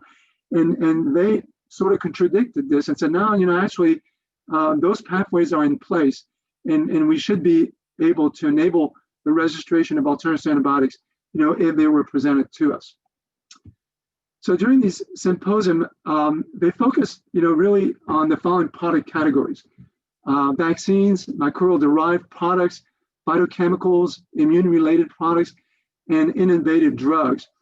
And I was given 15 minutes to talk to you today, so I'm not going to be able to talk about the interesting research and new products that are in the pipeline around these different categories. But, they do fall under either drugs or biologics. And I do want to mention, again, these feed additives, because as we all know, in agriculture, we did use a lot of these antibiotics efficiently because they were very efficient in terms of growth promotion. Now, we actually did not know the actual mechanisms by which these antibiotics actually provided efficient feed efficiency and weight gain. But nevertheless, for us in agriculture, that's a fundamental question. So there's been a lot of research around trying to understand how these antibiotics worked in the first place in terms of growth promotion, to see how that could be emulated by some of these alternative to antibiotics. So even though the primary incentive is to actually look at products for us to treat and prevent diseases, we've included this in our research endeavors you're really taking advantage of things like the gut microbiome and the metabolome to understand the physiological pathways that are associated with growth promotion, which is so critically important for us in agriculture. So a lot of publications, are out there, but you'll find on the development of alternative antibiotics. I've just listed a few of them here for you that are the outcomes of the symposium that we've organized that provide detailed review not only on vaccines, but microbial-derived products, again, phytochemicals, immune-related products, and innovative drugs. Here on this one, I don't know if you can see my pointer, but there's a publication available now on regulatory pathways to enable the licensing of alternative antibiotics. The main authors were from the FDA and the EMA.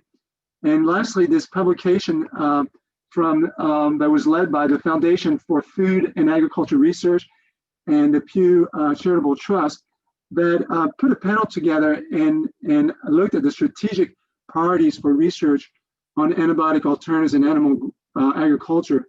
And there's quite a bit of information on the challenges in terms of incentivizing the pharmaceutical industry to actually make the investment to develop these alternatives to antibiotics. At ARS, Agricultural Research Service, the agency that I work with, we also provide reports on some of our research outcomes, not only around antimicrobial resistance, but alternatives to antibiotics. And here I have the link where you can find these reports and some of the research outcomes and accomplishments around the development of alternatives to antibiotics. So the last slide that I'd like to share with you before I have my concluding remark is this paper that was published by Dr. Yoon Lillehor in 2017. This is one of our scientists out of our laboratory out of Beltsville, Maryland. And this review paper essentially asks, how can we maximize the health, growth performance, and feed efficiency in the absence of antibiotics?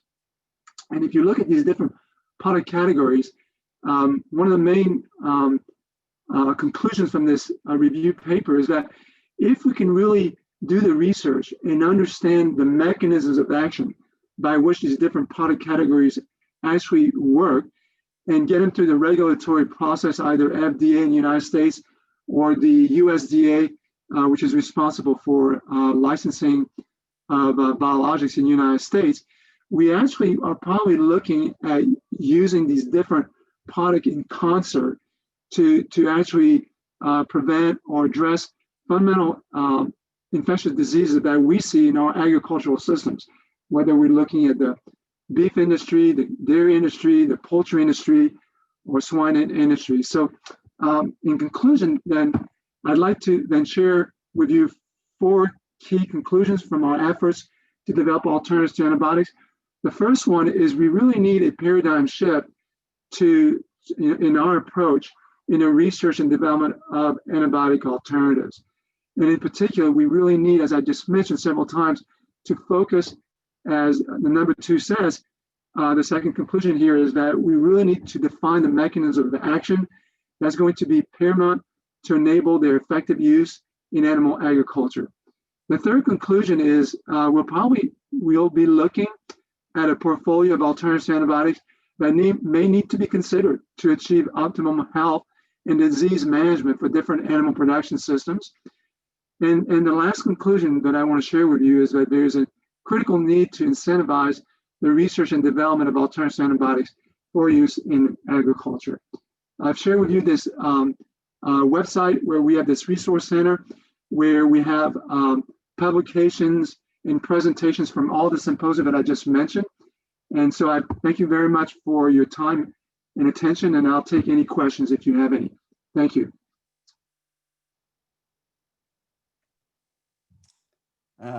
Thanks, Cyril, and to any of the committee members, again, you can put some questions in there, and I'll call on you when I see those. Cyril, I have a question a little bit about one of the, and then I'll call on you, Aruk, after that. Is obviously one of the constraints has been price, that any alternative has to be theoretically at least, is cheaper than antibiotics. However, from a narrow US perspective, there's obviously a lot of consumer pressure for antibiotics not ever being a part of animal production and food chain.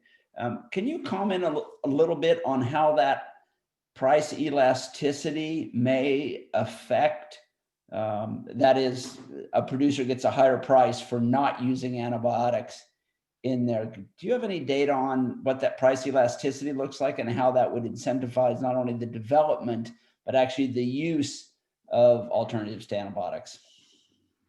Thanks, Guy, for that question. So, yeah, I mean, it's a very important and critical question, mainly because, if we are going to incentivize the pharmaceutical industry to actually make that investment in the development of alternatives to antibiotics, they're not charitable institution, and they do need to make a profit.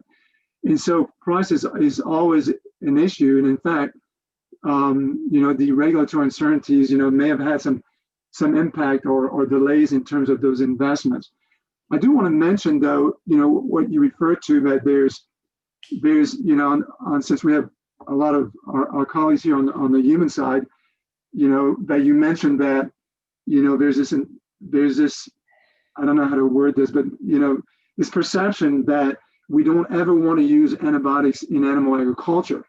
And I'd like to push back a little bit on that because, as veterinarians, I mean, we do need tools to treat and prevent diseases. So as, on human health, I mean, having antibiotics to treat diseases, it is important. But, like human health, I mean, we do face the same issues. We are losing these antibiotics to antimicrobial resistance. That's critical.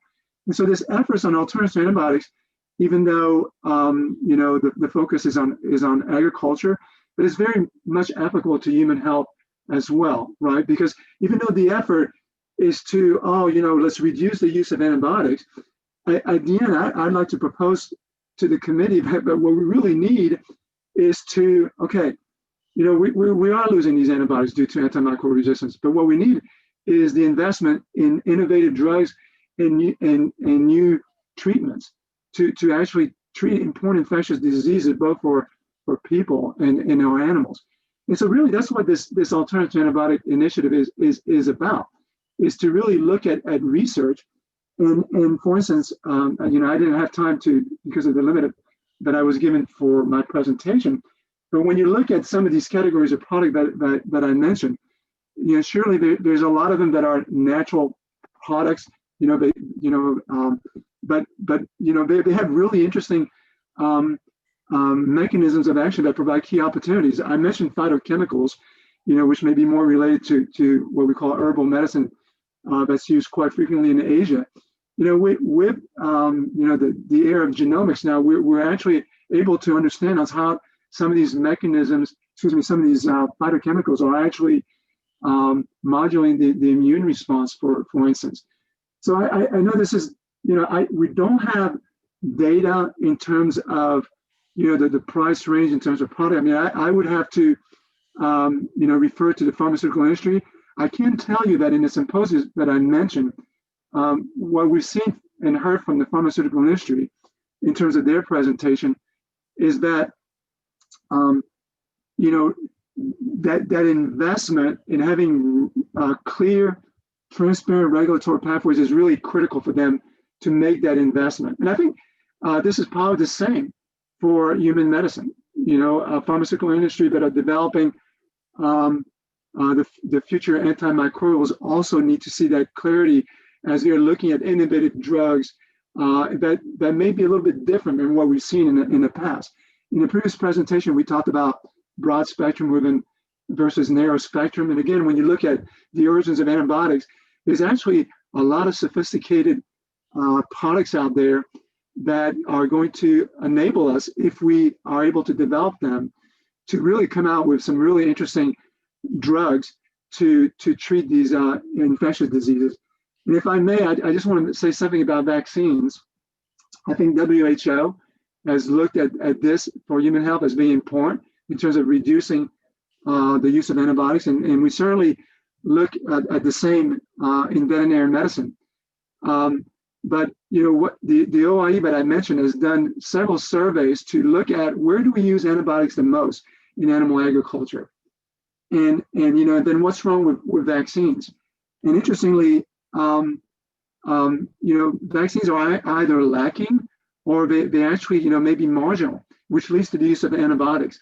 So this is going to be probably an area that we really need to invest further in.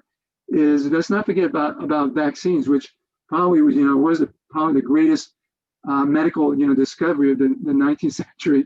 Those are going to play critical roles in terms of alternatives to antibiotics. I think we have time for one more question. There's also a few questions in the chat. And Mary, if you would put your question in the chat, and if I could then, Cyril, impose on you to look at the questions in the chat and answer those if you could.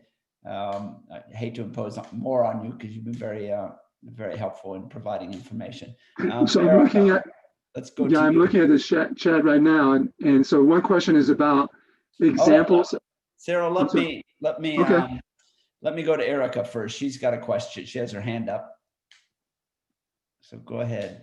Hi, thank you for the talk. I actually learned quite a bit about it.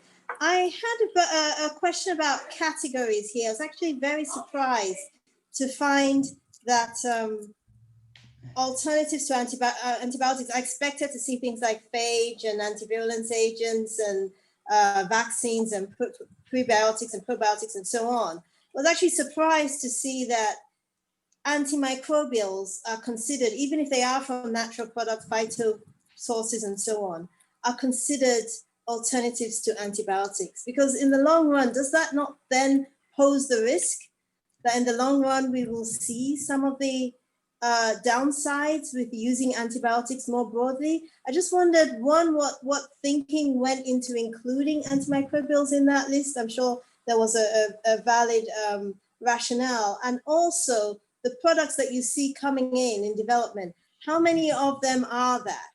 Is this a minority or is this the majority of things that people are looking at and considering as alternatives to antibiotics? Thank you. Well, thank you, Erica, for that question. That's a great question. I want to remind you, I started my presentation by giving you a definition of what an alternative to antibiotic.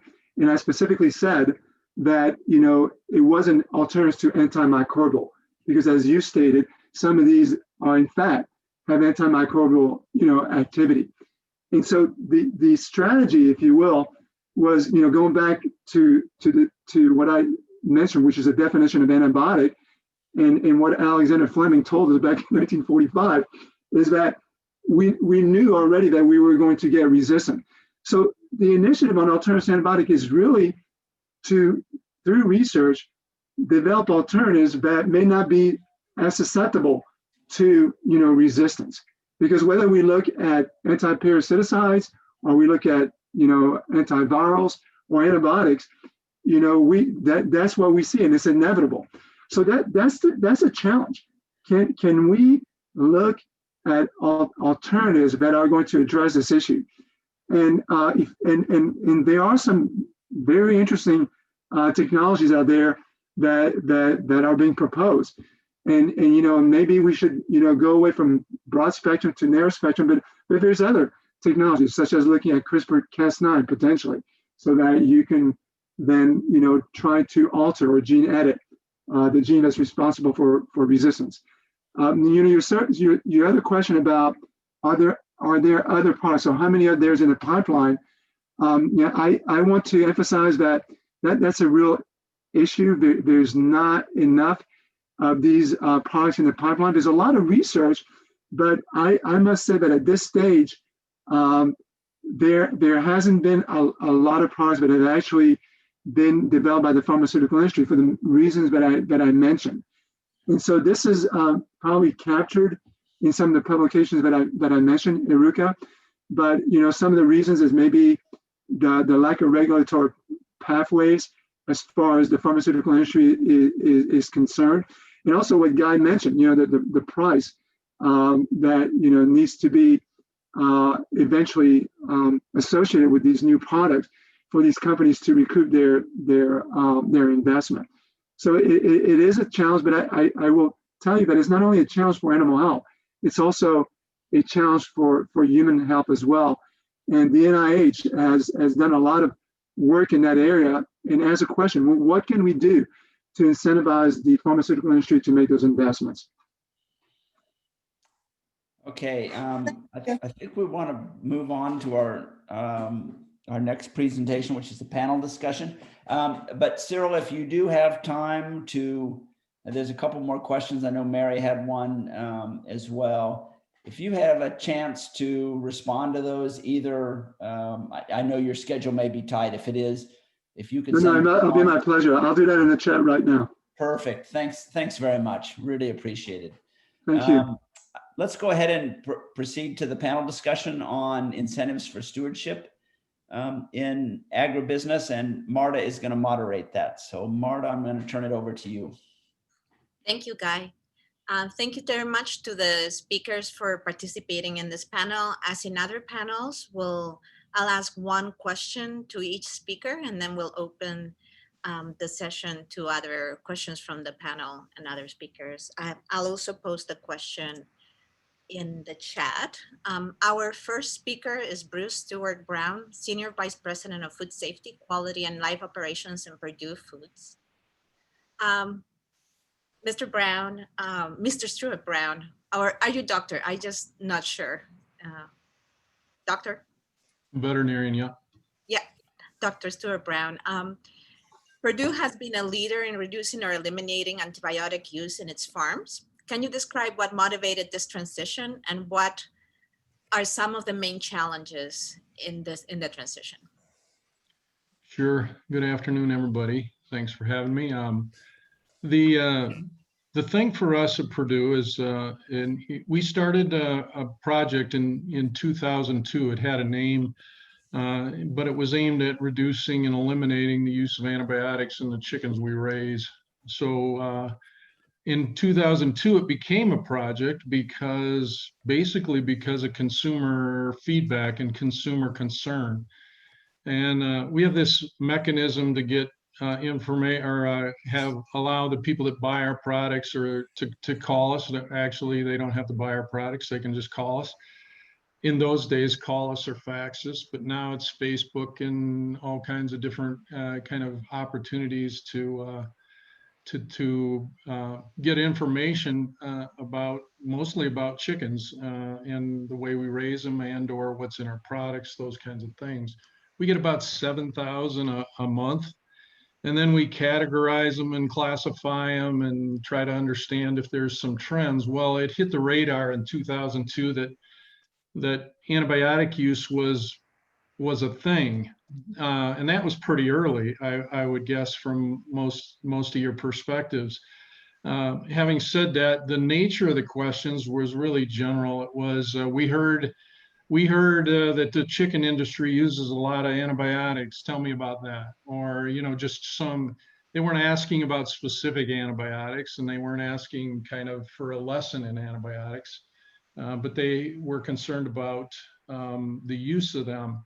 And I think the question was really based on a couple things. One is the one that probably most of you would think maybe it would be, which is concern about resistance of the bacteria that you aim at or those that you affect that you weren't necessarily aiming at. That was a small part of it, but the other part of it that was perhaps much bigger is, why are you raising chickens in such a way that you got to give them antibiotics all the time? Why would you do that? It sounds almost like misuse or inappropriate husbandry for you to, have to use antibiotics constantly. And when we kept thinking about it, we go, you know what, that's maybe something to work on. There are 4 ways that chicken companies can use antibiotics. One is for the so-called growth promotion or health maintenance piece. Put it in the feed for what might occur as it relates to the ups and downs of the microbiome, let's say. A second way is in the hatchery, in the egg, in case you've contaminated the egg in some way, and just to knock out some antibiotics or knock out some bacteria that might harm the baby chick. Generally, that's associated with an egg that, like particularly on old hens, the eggshell gets thin and bacteria gets in it. And what happened was, instead of just kind of thinking about which eggs might use it, the industry in general started to put antibiotics in all the eggs through the 18 days of embryonation through the egg. So that's a second way. The third way is using ionophores for coccidiosis, which is a feed approach, and technically those are antibiotics, and even though they're aimed at coccidia. And the fourth way is to treat sick chickens. And of those four ways, there was never any question, to Cyril's point, whether it was okay to treat sick chickens. That was always okay with consumers, and actually would create a huge amount of concern if you didn't do that. But the other three, not necessarily interested in you describing all these different things and describing which antibiotics you might use in which place. And anyhow, that's how the project started. In 2006, we were out of growth promotion. From 2006 to about 2014, we'd pulled all the hatchery use. Took us a long time, had to learn a lot of things. And then ionophores were coming out all the time as well. But we ended up that project in 2016, where we discontinued the use of ionophores. And I'm saying all that because one of the things I believe is that if you want to do this right and do it in the right approach for the chickens as well as the resulting products, you do it slow and you learn a lot. We've seen some companies do it so-called cold turkey, and I think that's a really tough way to decrease or eliminate the use of your antibiotics. The biggest challenges were associated with the hatchery, and I'll give you an example. Dirty eggs are problematic, are hard to, for instance, about 2% of the eggs that are laid in a hen house are on the floor. That's not the case in the rest of the world. If you really concentrate on floor eggs, getting hens to lay their eggs in the nest, you can get it below around 0.2%. But if you don't care and you don't spend a lot of time on it, you'll go up to 5% or 10% at times on the floor, and a floor egg's dirty. And that would be an egg that would benefit from antibiotic use. So figure out a way for you to concentrate on floor eggs so you have cleaner eggs so you don't need antibiotics. And you can get there. So the hatchery was the biggest challenge. We took things out of the feed. We took antibiotics out of the feed. We took animal byproducts out of the feed. Animal byproducts in our sense create a challenge for the chicken as it relates to bacteria at times. And it comes and goes, and you don't know when it's a problem and when it's not. So if you pull them out of your feed, you'll probably run a more successful low or no antibiotic program, at least in our estimation. We put things in the feed. We put probiotics and prebiotics. And by the way, our sense of prebiotics and probiotics is some work really well in young chickens and some work better in older chickens. So you end up needing to understand which ones work where and probably rotate them. There's no one approach to that has been particularly successful. And then basically clean. Just clean hatcheries, just clean eggs, clean hatcheries, clean farms, pay attention to bacteria. I'll give you another example. One of the biggest management things that took us forward in a sense on our success to reduce and eliminate antibiotics was healthy foot pads, healthy feet, the chicken's foot. And there's a reason, and this is another kind of sense of this issue, is that it's a multiple win. really good, healthy feet are worth a lot of money. Perhaps not to you guys, but there is a group of folks that love to buy chicken feet and eat them, and they need to be really healthy. So working on chicken feet and chicken foot health gives you a good product. In order to do that, you have to have dry litter. Dry litter actually is antagonistic to bacteria, so, and also reduces ammonia. So the respiratory kind of disease goes down. The bacteria associated with food safety like Salmonella and Campylobacter probably goes down. At least I'm a big believer in that. So foot pad health is like, there's so many ways to kind of benefit from good foot pads, but one of them is the success of your NAE program. So the big messages really are, we had to improve relationships with farmers. The alternatives that Cyril talked about a little bit, they work best if you really use them really early. They're not, antibiotics are magic. Honestly, they're crazy good at health things generally. And that's why we're so worried about them, right? Because we want to keep them magic. Well, the other products are not near as good, but they work pretty good if you get in early. So farmers got to work with you. They got to help you get there fast. The other part I'd say, just as the last part, is what really helped us is getting products out of the feed. Stop putting antibiotics in feed for any reason. Because when it goes in the feed, it becomes easy to take to a farm as opposed to a house. If you have a 4-house farm and you put an antibiotic in the feed, you're generally going to take it to all 4 houses, or it's easier to. So take it out of the feed. If those birds need antibiotics, treat the house, not the farm. And all of a sudden you went from 4 houses treated with antibiotics or using antibiotics to 1. That's like a fourth, 1/4 the amount of antibiotic that you only really needed to use became really important to maintain, reduce antibiotic use to those that need it, is to go to house medicine instead of farm medicine. So I'll stop there. Oh, thank you very much. Very interesting. I'll move to the next speaker. Bill Kelleher, who's president and CEO of an aquatic animal health company, Kennebec River Biosciences. Bill, the technology of modern aquaculture has made land-based systems that rely on water filtration and recirculation more common. Could you explain how this and other technological changes have pushed the cost to benefit analysis for your farmers more towards vaccine and other preventative measures?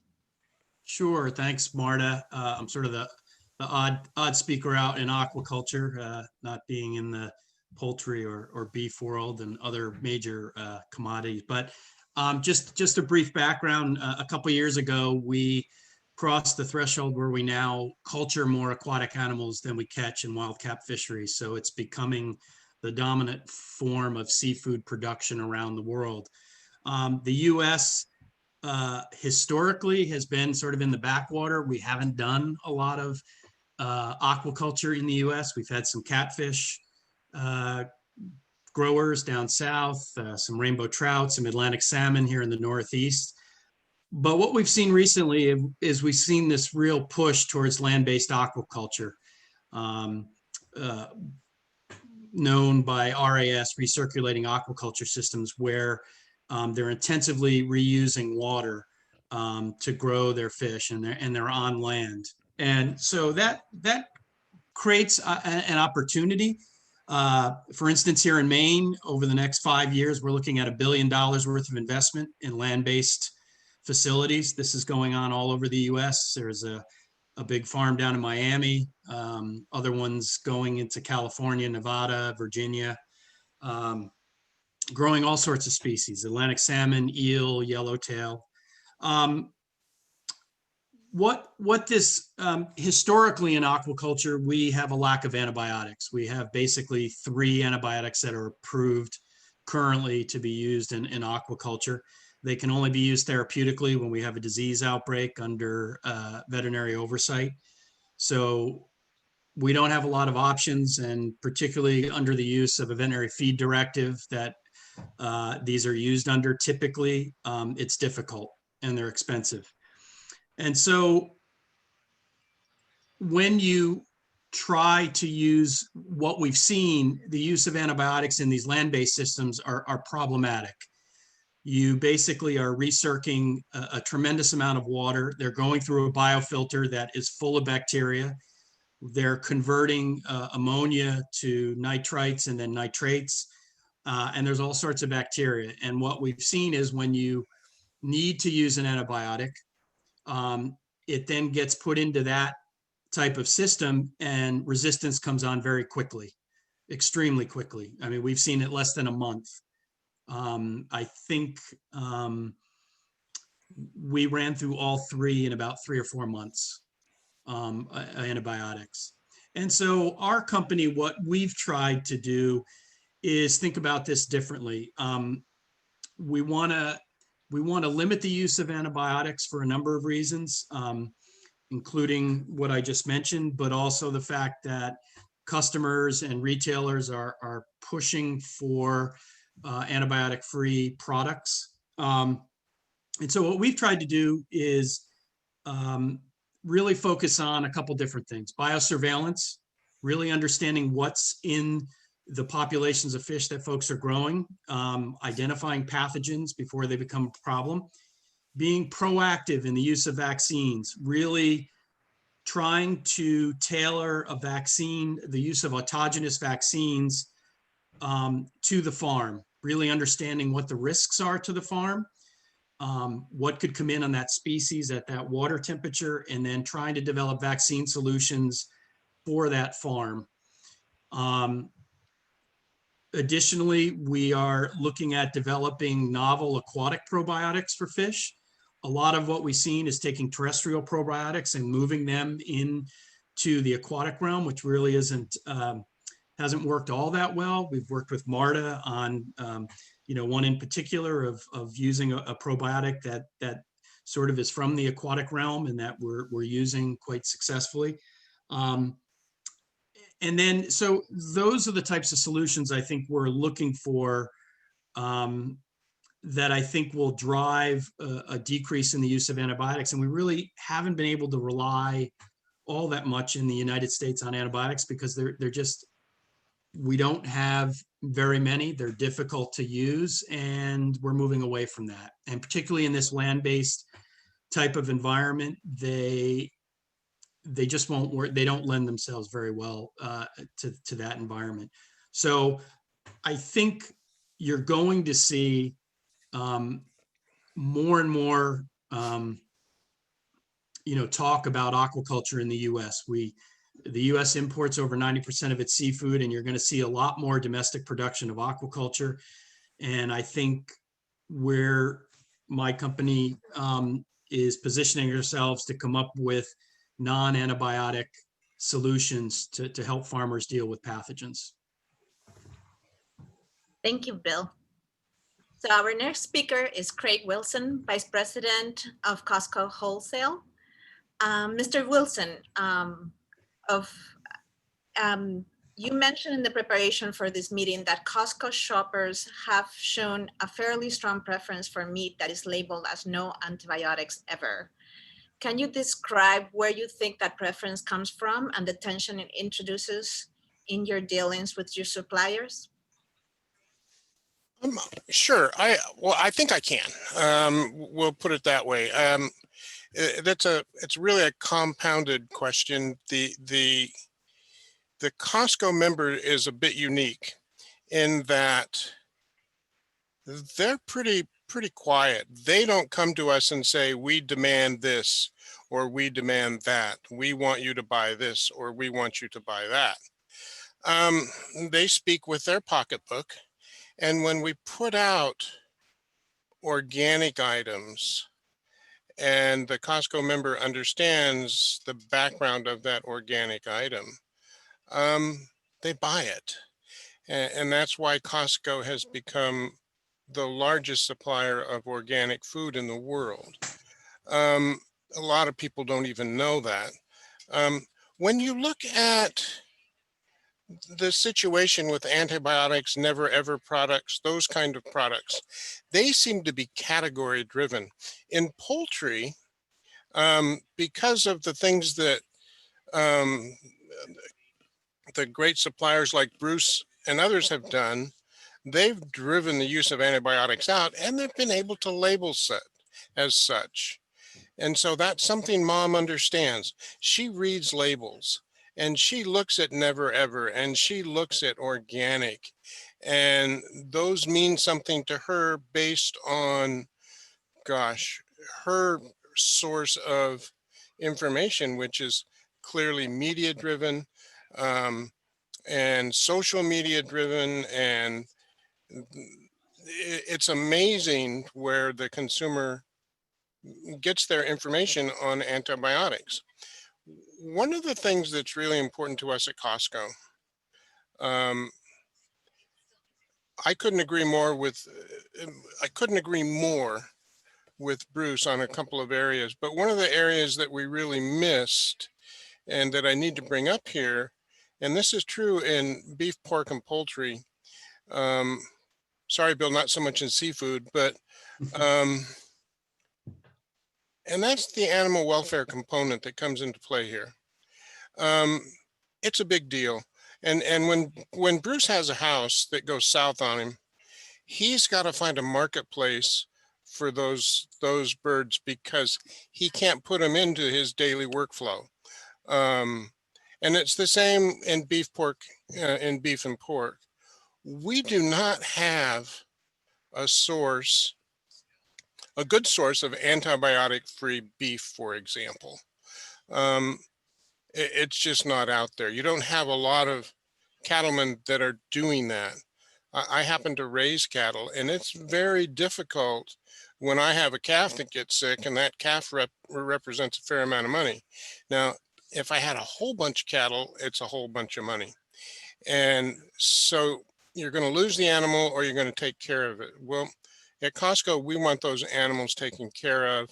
We want to show judicious use of antibiotics because Bruce is right. It's a miracle. I mean, these are miraculous substances that can make or break a company.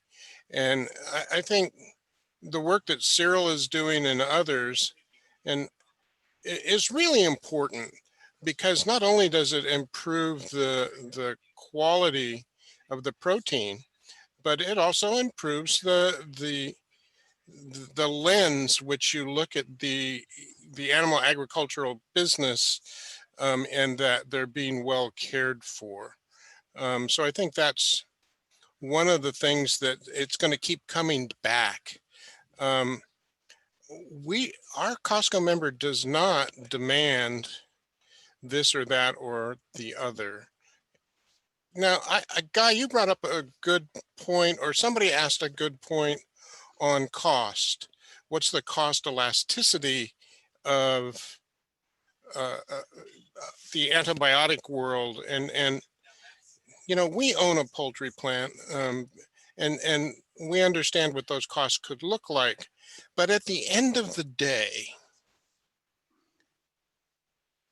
how do I say this softly? I could whisper it, but I won't. At the end of the day, the cost of antibiotics based on the volume of the food you're producing doesn't matter. It just doesn't matter. Because Mom care if she pays 3 cents more a pound for a really high quality poultry item. How many folks on this call are members at Costco?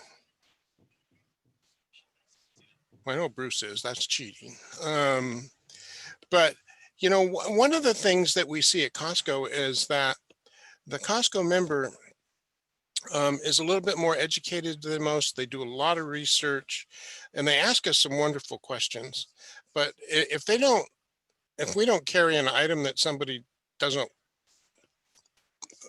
like, they don't buy it. Our business is pretty simple, but we have to go beyond that because we deal with, on a daily basis, the animal welfare folks and the folks that really affect our business on social media. And there's that's a whole other topic, but hopefully that answered your question, Marta. And as we get through this, I'd entertain more, of course. Yeah, that was very good. Thank you very much, Craig. You're welcome. So last but not least, we have Heather Fowler, Director of Producer and Public Health of the National Pork Board. Dr. Fowler, at the National Pork Board, you work with farmers to help them make informed decisions on responsible antibiotic use. Could you summarize for our group how your producers think about stewardship and what factors influence their decision to use or refrain from using antibiotics? Thank you. Sure. So that first question, how do pig farmers think about antibiotic stewardship? And the bottom line up front for that is our farmers are committed to doing what is right for people, pigs, and planet. In fact, I have some props here to help me with my answer. So you can see this magnet here, people, pigs, and planet. If we were in person, everyone would get one. It would route you to our public health page, so you would be able to access our public health content there. What you also need to know is that as an industry, so related to that people, pigs, and planet comment, which I should mention, I am a public health veterinarian and a One Health champion coming out of the Center for One Health Research at the University of Washington in Seattle. So I see some familiar names present today from either Washington State or the Seattle Harborview system. So great to see you all today. But again, as a One Health champion, I was excited to start work at the Pork Board just 3 years ago and see what we call our We Care ethical principles. It's a set of 6 principles that, if you look at them, actually map back to the One Health framework. So the 6, and I wrote them down because sometimes if I say them out of order, I forget, but they're public health, food safety, the environment, community, our people, which is kind of a HR, worker safety one, and then animal care or animal welfare. So you can see how that maps back again to the One Health framework. So we really do take a One Health approach in the swine industry. And so as it relates to antimicrobial stewardship, having that foundation, our producers recognize the importance of using antibiotics appropriately and therefore applying appropriate stewardship practices. I also want to remind you, as we talk about antimicrobial stewardship, and some of you are from the human health space, again, as a veterinarian here, I want to think about efficacy of antibiotics. Again, our producers are conscious of protecting the efficacy of antibiotics, but they're doing it for man and animal alike. Resistance will affect their animals as much as it will affect your patients, especially if you're in clinical practice. Furthermore, our producers are, and in general, animal husbandry itself is an interdisciplinary system, if you will, if I'm using the correct word, an interdisciplinary system, in that you have all different players that are needed to make an informed decision. So as we talk about antimicrobial use and stewardship, you have the veterinarian that can diagnose, that can treat, but you also have that SLAT level worker, right? And that veterinarian is going to work with that SLAT level worker to say, what have you been seeing? And go through the barn with them and look, is it the whole barn that is sick? What signs are you seeing? Is it a pen? Is it a farm? Where is it located? How can we work on this? They're going to step back and talk to the farm manager, right? Who likely called the veterinarian in. We're going to talk about nutrition. What life stage is that animal on? There might be an animal scientist on the team as well, right? That's going to talk about genetics. What are the genetics of the pig? That comes up very commonly in conversations. And so it was really refreshing for me as a public health veterinarian to start here and learn that, the One Health approach is essentially ingrained in the swine industry, and that they are, grounded in using an interdisciplinary approach. Now, as it relates to that second question, so what factors that influence the decision to use antibiotics, yes or no? Again, it goes back to those interdisciplinary teams. My second prop here is my Port Quality Assurance Plus manual, which I'm happy to drop the link publicly available online, though it might take you a couple links if you Google it to get there, to being completely honest. Within this book, so this is our practices. I mentioned our We Care principles. This book translates those principles into practices. And so it's organized according to those We Care ethical principles. So I have the public health chapter, and I assure you every 3 years we update this, which means I get all of 1 year to celebrate, take a breath, and then we're back to reviewing the content, seeing what science has been updated, what new information I need to include in there. So there's 6 principles, I wrote this down, six principles and 5 principles and 6 guidelines in this book that say, hey, before you even use antibiotics, consider what are the advantages and disadvantages. What are the measurable benefits? You know, is it absolutely needed? So go through those principles. Are you doing everything you can to reduce the overall need for antibiotics, right? And so a side comment on that, I don't talk about reduced use as a public health veterinarian. I talk about reducing the overall need, which can have that benefit. It is not my #1 goal. Again, as a veterinarian, my job is to protect animal health and welfare and optimize animal health. And again, in the swine industry, using those We Care ethical principles, that's absolutely what we're doing. All right, we understand that health can go hand in hand with welfare, and we need to optimize them both. So again, it's in here. We train our producers in them. Each and every one of our producers has seen this manual, either electronically gone through the module, or has a hard copy of this and a certification on site that you can ask for. I just want to rehash the fact that we, again, work in interdisciplinary teams. So again, those are some of the factors that we review. And then again, happy to expand with as needed as questions come along. And I'll leave my camera on now.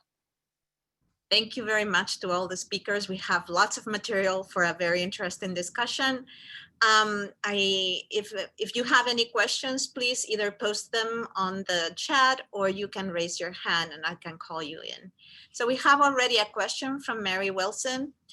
Mary, do you want me to read it or you want to ask it yourself? Let me get unmuted. Okay, I'm curious to hear what weather vaccines are used at Purdue in the poultry population, and if so, which ones? Sure. I typed in a message there, but we use vaccines, a lot of vaccines for many diseases. And we probably, and this might be important for this group, we tend to use more expensive vaccines than some other companies. We would be considered uncompetitive to the rest of the industry in vaccine use, meaning heavy vaccine users. We use them for respiratory viruses, such as Newcastle bronchitis, laryngotracheitis in places where we need it. We use them for immune system diseases, such as infectious bursal disease. We use them for parasites like coccidiosis. We use them for food safety reasons, such as salmonella. And we use them in breeders and broilers alike. This is true of many animals, but it's really, really true in poultry and in chickens, that you have this fantastic opportunity to vaccinate the hen and for her to give the protection to the broiler. And it's generally about 3 weeks of really fantastic protection. So half the vaccines that the hen gets are really for the broiler's benefit. They're not really for the hen herself, but they pack the antibodies that they have and put them in the egg yolk, and then the baby chick kind of absorbs the protection from the hen. Huge, big deal to poultry and to poultry preventative medicine kind of thing is to spend a lot of time on the breeder. The vaccines we use, I'll just briefly describe this because it's important to this group. We have a preference for non-modified live vaccines. Modified live vaccines are really cheap. Newcastle bronchitis, those laryngotracheitis, those vaccines are really cheap as a relative to everything else, but they are live viruses and they cause reactions, or can. And reactions turn into sick chickens. If the air's not right, if they're not managed correctly, you take a modified live and create the disease. And it puts a challenge on your antibiotic reduction, approach. So we tend to migrate towards vectored vaccines, vaccines that carry the antigen but don't cause the infection, a mild, part of the disease. So this component of vaccine development aimed at helping people be successful in minimizing antibiotic use has got to be, associated with how much disease do you cause by the vaccine itself, and can you get away from that? And at some expense, okay, that might be well, it is tolerable, and it's part of your approach to vaccines. Could I just add a follow-up question? Thank you. That's really very helpful. When you eliminated the use of most antibiotics, at least for growth promotion and for the hatchery, did you need to, or did you have to increase the number and administration of vaccines in order to compensate for the absence of vaccines? And have you done an economic analysis of, in terms of, I'm sure you've looked a lot at the bottom line and what vaccines cost versus antibiotics. Yes, and this is my comment before, we became uncompetitive to the rest of the industry's approach to vaccines. So we started using more than others and paid more for them than others. Having said that, there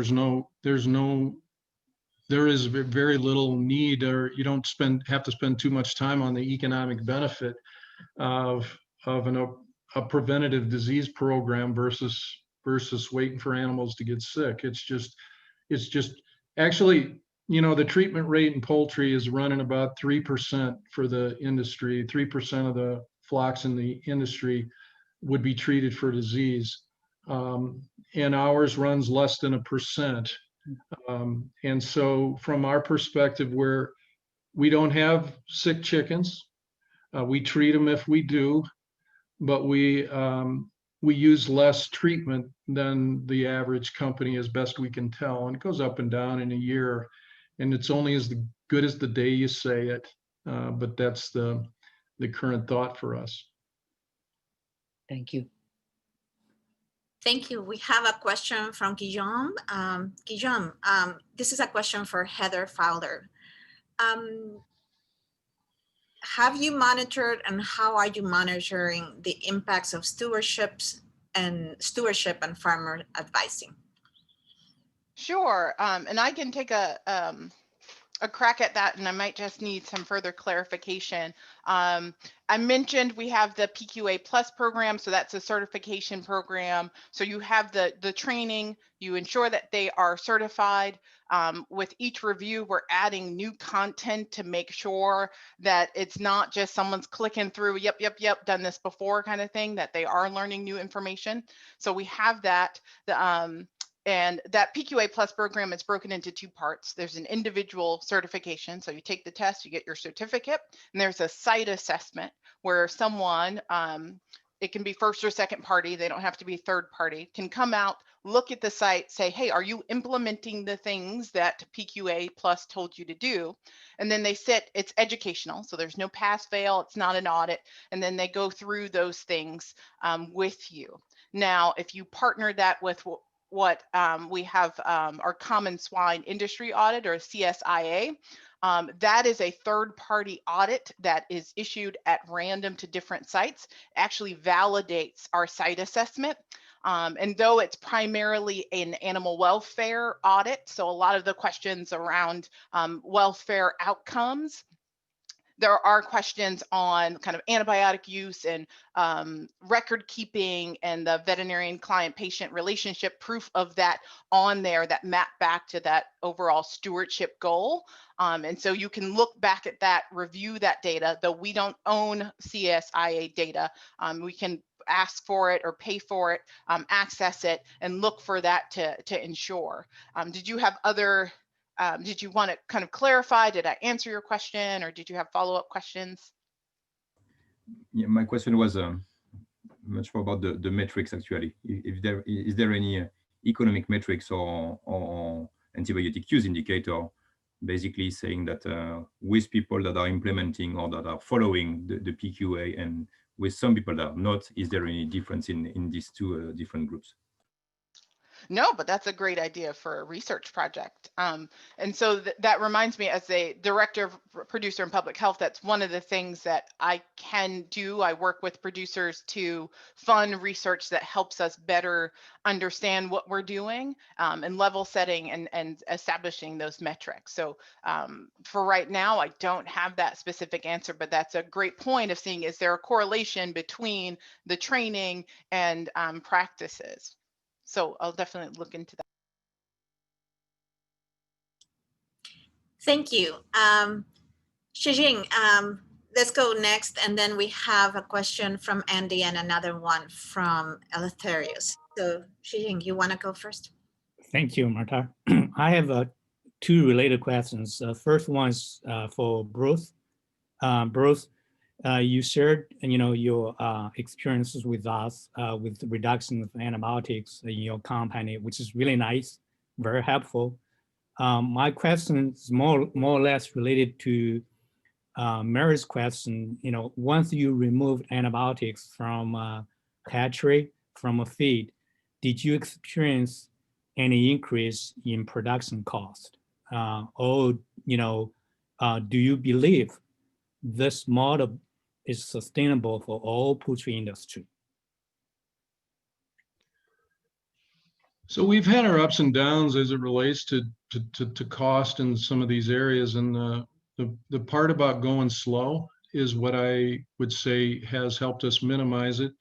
So we have 12 different operations, and we kind of did them one at a time, right? And you learn a thing in every operation that you do, and so you don't have to repeat it. And there are capital costs.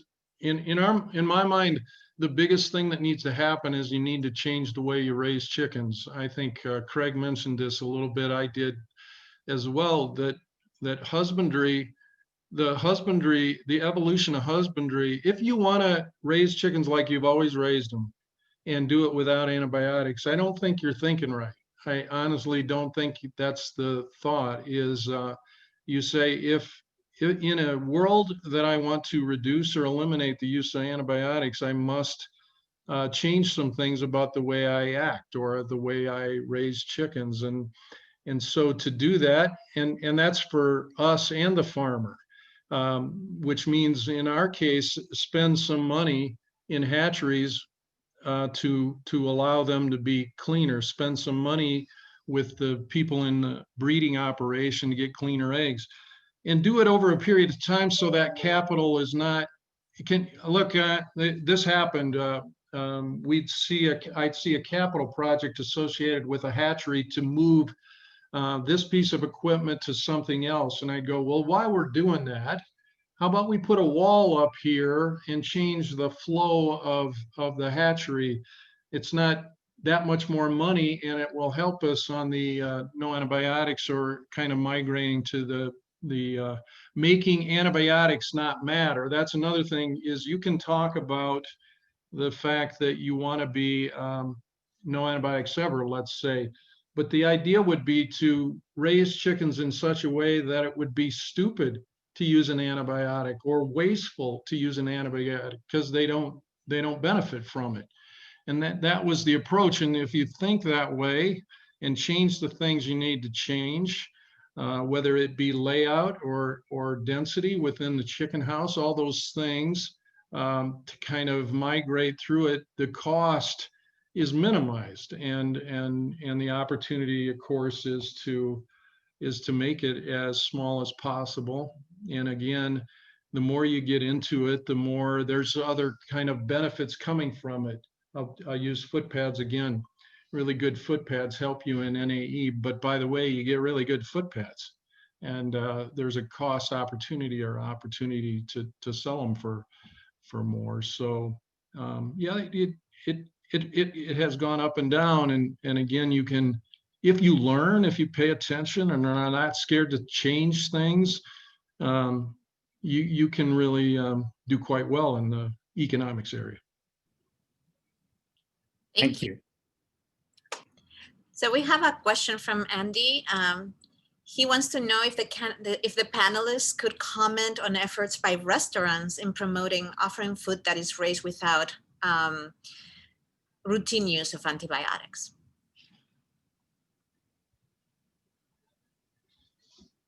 So I don't know if Craig can. Yeah, I can comment a little bit on that. The interesting thing about the restaurant industry is divided into many different segments based on size.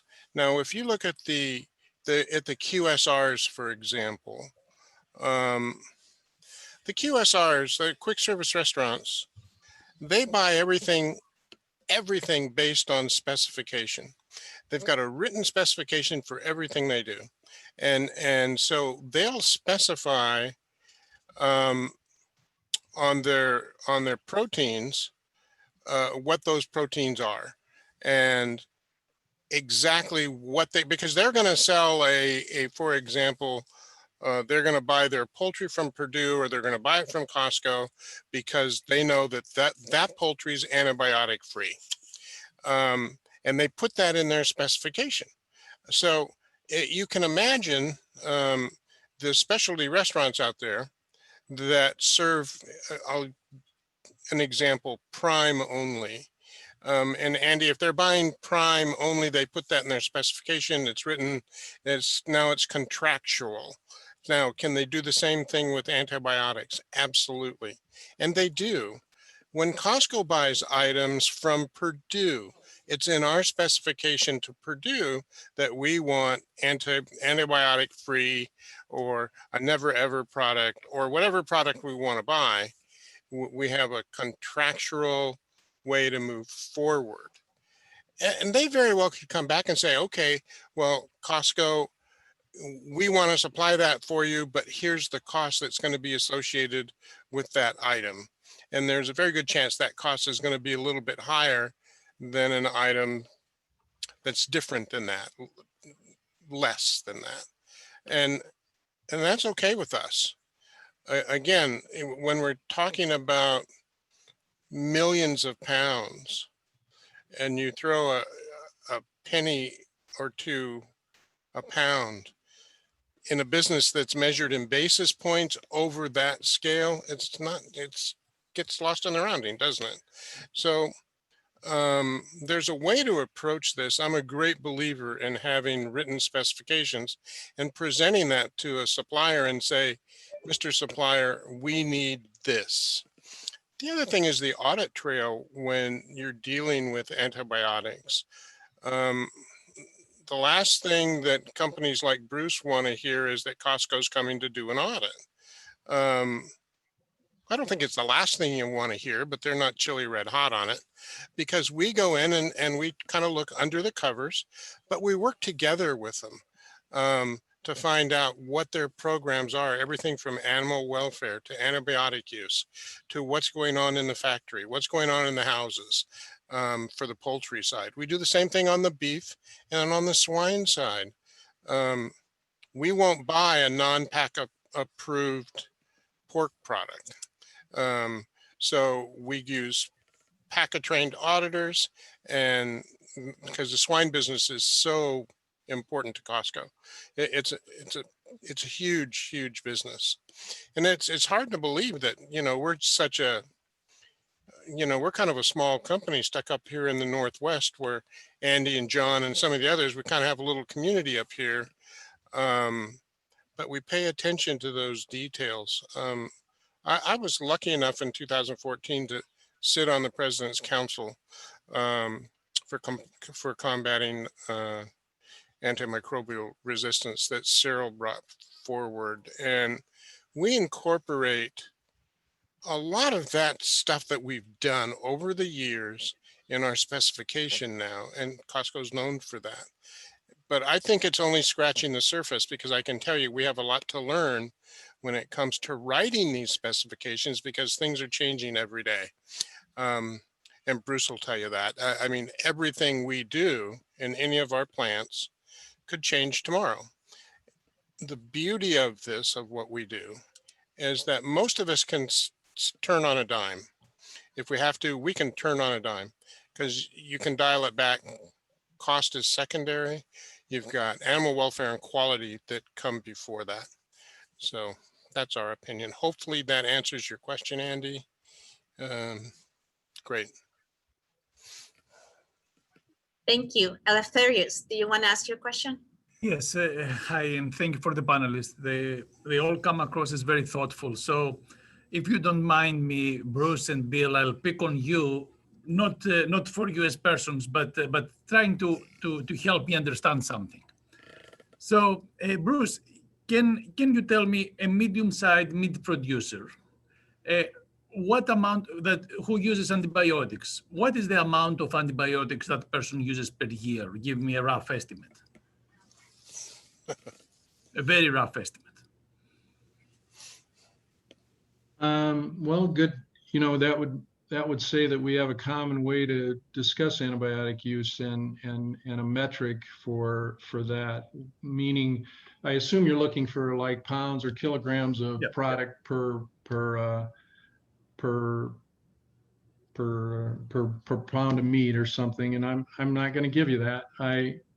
Because I believe there's somewhat that metric is somewhat misleading, because low potency products that have a therapeutic dose of relatively small level sounds really good in a kilogram per kilogram of drug per 100,000 chickens or something. But what I would say is percent treated is often a really good metric, and that average I said before is about 3% on chickens. About 50% of the industry uses in feed, the health maintenance, growth promotion type products still, BMD, Virginiamycin, those kinds of products. About 50% of the industry uses those products. They don't use it in all feeds. It's usually in the starter feed. So it would just be in there for the first 10 days of a bird's life, but that varies as well. Thank you. Yeah, thank you. I didn't want to pressure you, but that gives me an estimate. So yeah. I do want to say this though: the third bucket to pay attention to is how much is used in a hatchery. So I'm going to say 30% of the hatchery is still used in the hatchery. Yeah. Now I want you to understand my thinking here. I'm a medical doctor. I have been trained and I have been practicing for 30 years. I'm an infectious disease doc. If I go and I prescribe a 500 milligram oral medication in the hospital, that will go through 2 layers of authorization. It has to go through Antimicrobial Stewardship. It has to go through the pharmacist in order for my prescription to go through. If I have a meat producing or other industry, is there any layer that guides me or prevents me to abuse antibiotics? Or this is up to market pressure and to the ethics of the individual? Thank you. Every antibiotic is scripted. So if you said, if you ask in Purdue how many scripts were written in 2020, we'd have that number. We'd have which drug was used at what level for how many days. That's all in the paperwork. If you said all the feed is under kind of federal guidelines associated with reporting and and responsibility to report as it relates to products used in the feed. If you said there's a unethical veterinarian scripting through the, in some ways scripting, like not being held accountable for the amount of scripts they write, you could probably, you know, I would say that the same is true in human medicine as well. Actually, you know, I would say there's better accountability in animal health, in my opinion, of product used and what it's used for, and a follow-up to its efficacy than I frequently am at least familiar with in human medicine. But it's a different scale of things, of course. So that's my answer. I did want to chime in, and I'll drop this in the, oh, I guess it only goes to the panelists. Oh, there we go. Just want to make you guys aware, I had no involvement in this particular publication, but the special edition of Zoonoses and Public Health that came out in November that summarizes antibiotic use in animal agriculture. I'll go ahead and drop that there. So I found that for you because I know, Aetherios, your question kind of at least started there. So we're really excited about this particular work in the swine industry. We had, there's one paper by a swine veterinarian and researcher that starts to help us kind of unravel or get a better understanding of what that picture looks like, so that we can continuously improve in stewardship. So going back to that question earlier about, you know, what metrics do we have? We're definitely working to it, and I agree, Bruce, there isn't a standardized metric, and then we want to make sure we're not comparing across the species, because they are very different organisms, even within poultry, right? A chicken, we're talking about broilers versus turkeys, they're very, very different. So just wanted to share that with you guys. And again, I am not I think I'm, if anything, I'm acknowledged in one of the papers, but I was not an author. Thank you very much. That is very useful to know. I just want to point the difference. For clinical medicine, the difference is that the prescription, the review of the prescription is done between me writing and the person receiving it. While here, anything has to be, in the best case scenario, retrospective.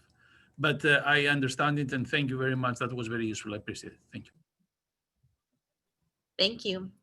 I have a question, and this is directed to Bill, because I think you thought that you were not going to have to talk anymore, but so you are the only animal health company in this panel, and I wanted to see if you could comment on some of the challenges in innovation for managing disease that you see in aquatic animal health, but that could be also for other areas. So what are your major restrictions? Is it availability of diagnostics, availability of tools to manage? And how do you see that incentives could be provided for research and innovation that can help the industry the most? I know it's a very broad question, but I wanted to idea. Yeah, and I'm sort of aquaculture, sort of this exotic kind of, I'm sort of in, you know, more traditional industries that have been doing agriculture for a very long time. And so one of the issues, just to give you some background, I mean, our industry in many ways is not viewed as agriculture, traditional agriculture, and we're overseen in many states by natural resource folks. And so that puts a little different perspective and how the regulatory environment is in the US. So ag folks in general, the way I sort of frame it is, you know, they're willing to accept some risk, and they, you know, manage risk differently than a natural resource agency that wants that risk to be as close to zero as possible. And so everything around how we deal with pathogens is sort of driven in that environment. So the USDA has taken they are the competent authority in the US for aquaculture now, and have been for a while, but that hasn't always been the case. We still have oversight from the US Fish and Wildlife Service and other natural resource agencies. So we have a lot we're trying to work out within the industry of trying to manage some of what we're doing. I will say we're developing a new national aquatic animal health plan for aquaculture in the US, and that means looking at things like import controls and dealing with pathogens, coming up with biosurveillance programs that our trading partners will recognize. So it's very much a work in progress. Aquaculture has in many ways been in sort of the backwater of kind of traditional agriculture. And now it's becoming a bigger part or a growing part of the agricultural sector. And so I think we're having a lot of those discussions now about how we do, how we look at a lot of these things. Like I said, we and other companies around the globe are looking at how we develop new vaccines. We have several DNA vaccines that have been approved around the globe. We have one for a rhabdovirus in Canada, for instance, that has really, I think in many ways been a game changer for the viral disease that it protects against. And so I think we are, the industry is really trying to push, innovation around vaccines, whether they be more live attenuated DNA vaccines, maybe some newer types of vaccines, looking at developing lines of probiotics that are tailored to aquatic species. So I think, we are definitely coming into a different age. I feel things, there's a lot of, particularly in the US, a lot of momentum with aquaculture and trying to assist the industry in a number of ways. So hopefully that answers your question, Marta. Yeah, sure. So yeah, that's a good, that's a great point about the difference in regulation, the regulatory environment. So this is a question for everybody, and it kind of builds up on Bill's. Do you feel that there is enough training of veterinarians that help in animal health or experts? I mean, previous talks this morning talked about sometimes the lack of training in some sectors. So I wonder, how do you feel about training for veterinarians on antimicrobial stewardship in different areas? I mean, I know for animal health, for aquatic animal health, there's not enough veterinarians out there that have that training, but I wonder if that's true also for other sectors. I guess I can start. It'll probably give a different perspective. We historically haven't had a lot of veterinarians trained in aquaculture, so it's been tough. A lot of the folks, especially older folks, myself, I'm a non-veterinarian. I came out of the sort of microbiological wing. The U.S. Fish and Wildlife Service and state hatchery systems in the U.S.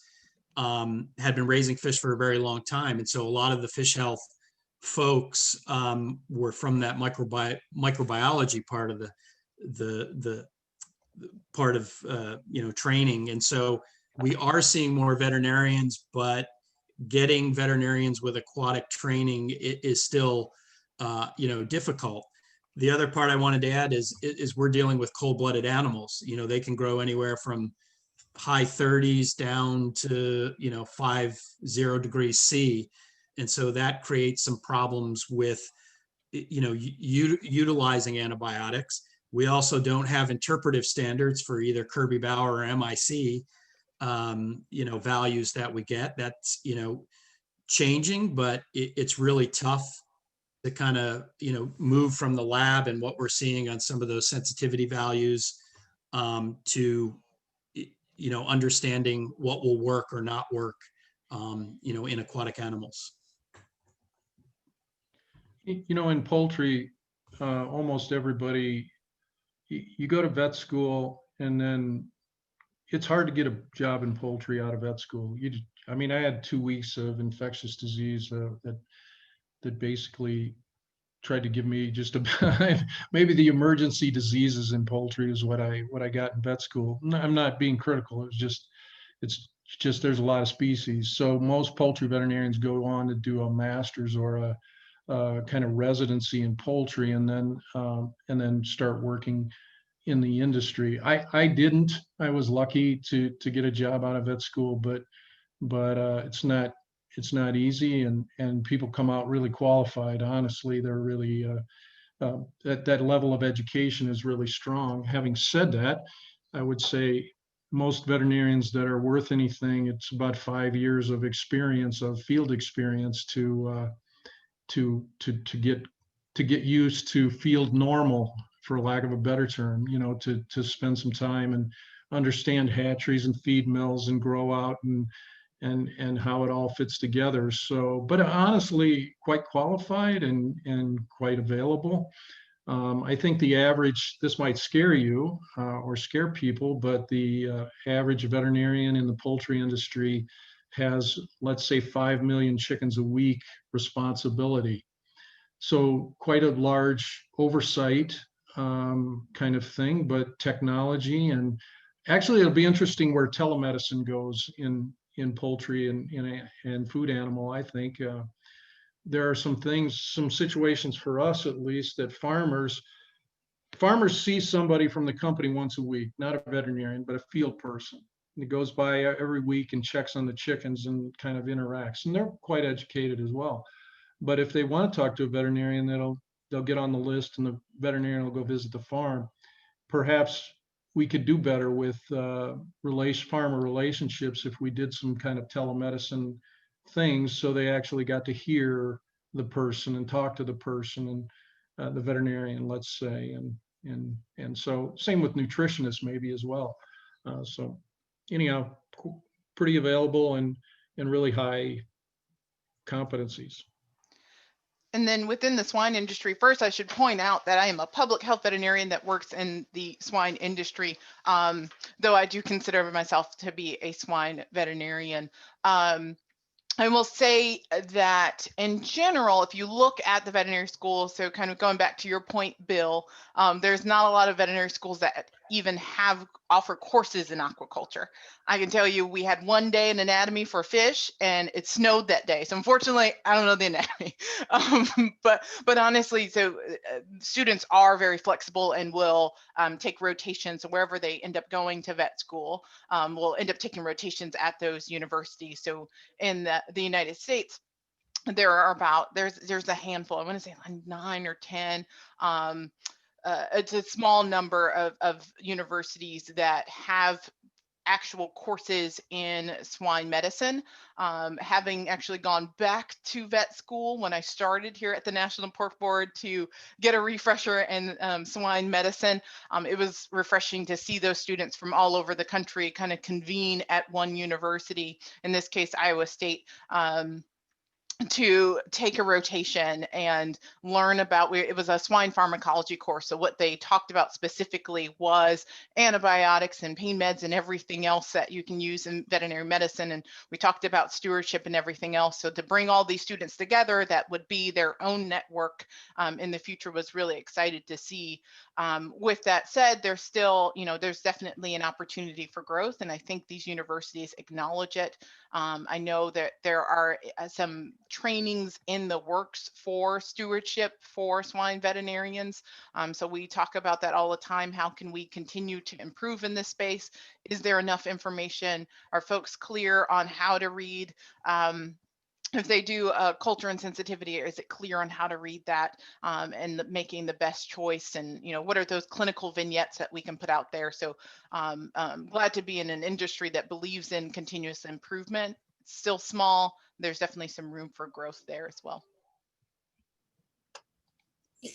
From our perspective, when it comes to veterinarians, I'm certainly not a veterinarian. I'm a microbiologist and an epidemiologist. But when I work with all of our suppliers on the science side, and the sense I get is they don't have enough veterinarian support. And this would go for all species. I think for a youngster who's coming up, I think the future could be quite bright.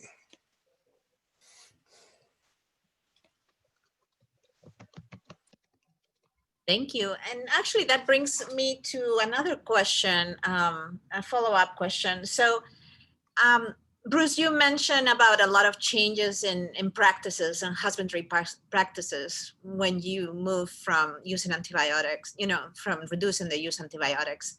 And I wonder what the challenges are for small farms that don't have the same amount of capital necessary to implement some of the changes that they will have to use so I wonder, what is your, or maybe that's a question for Heather in the PERC board. So what are the challenges that small producers have versus the large producers, and what kind of things can be done to help small producers? And I'm asking this because I know that there's also a large movement for buying local and buying from small farms, and that's a change in behavior in the customer that is also happening at the same time as an interest on animal welfare. So I wonder if you can comment on that.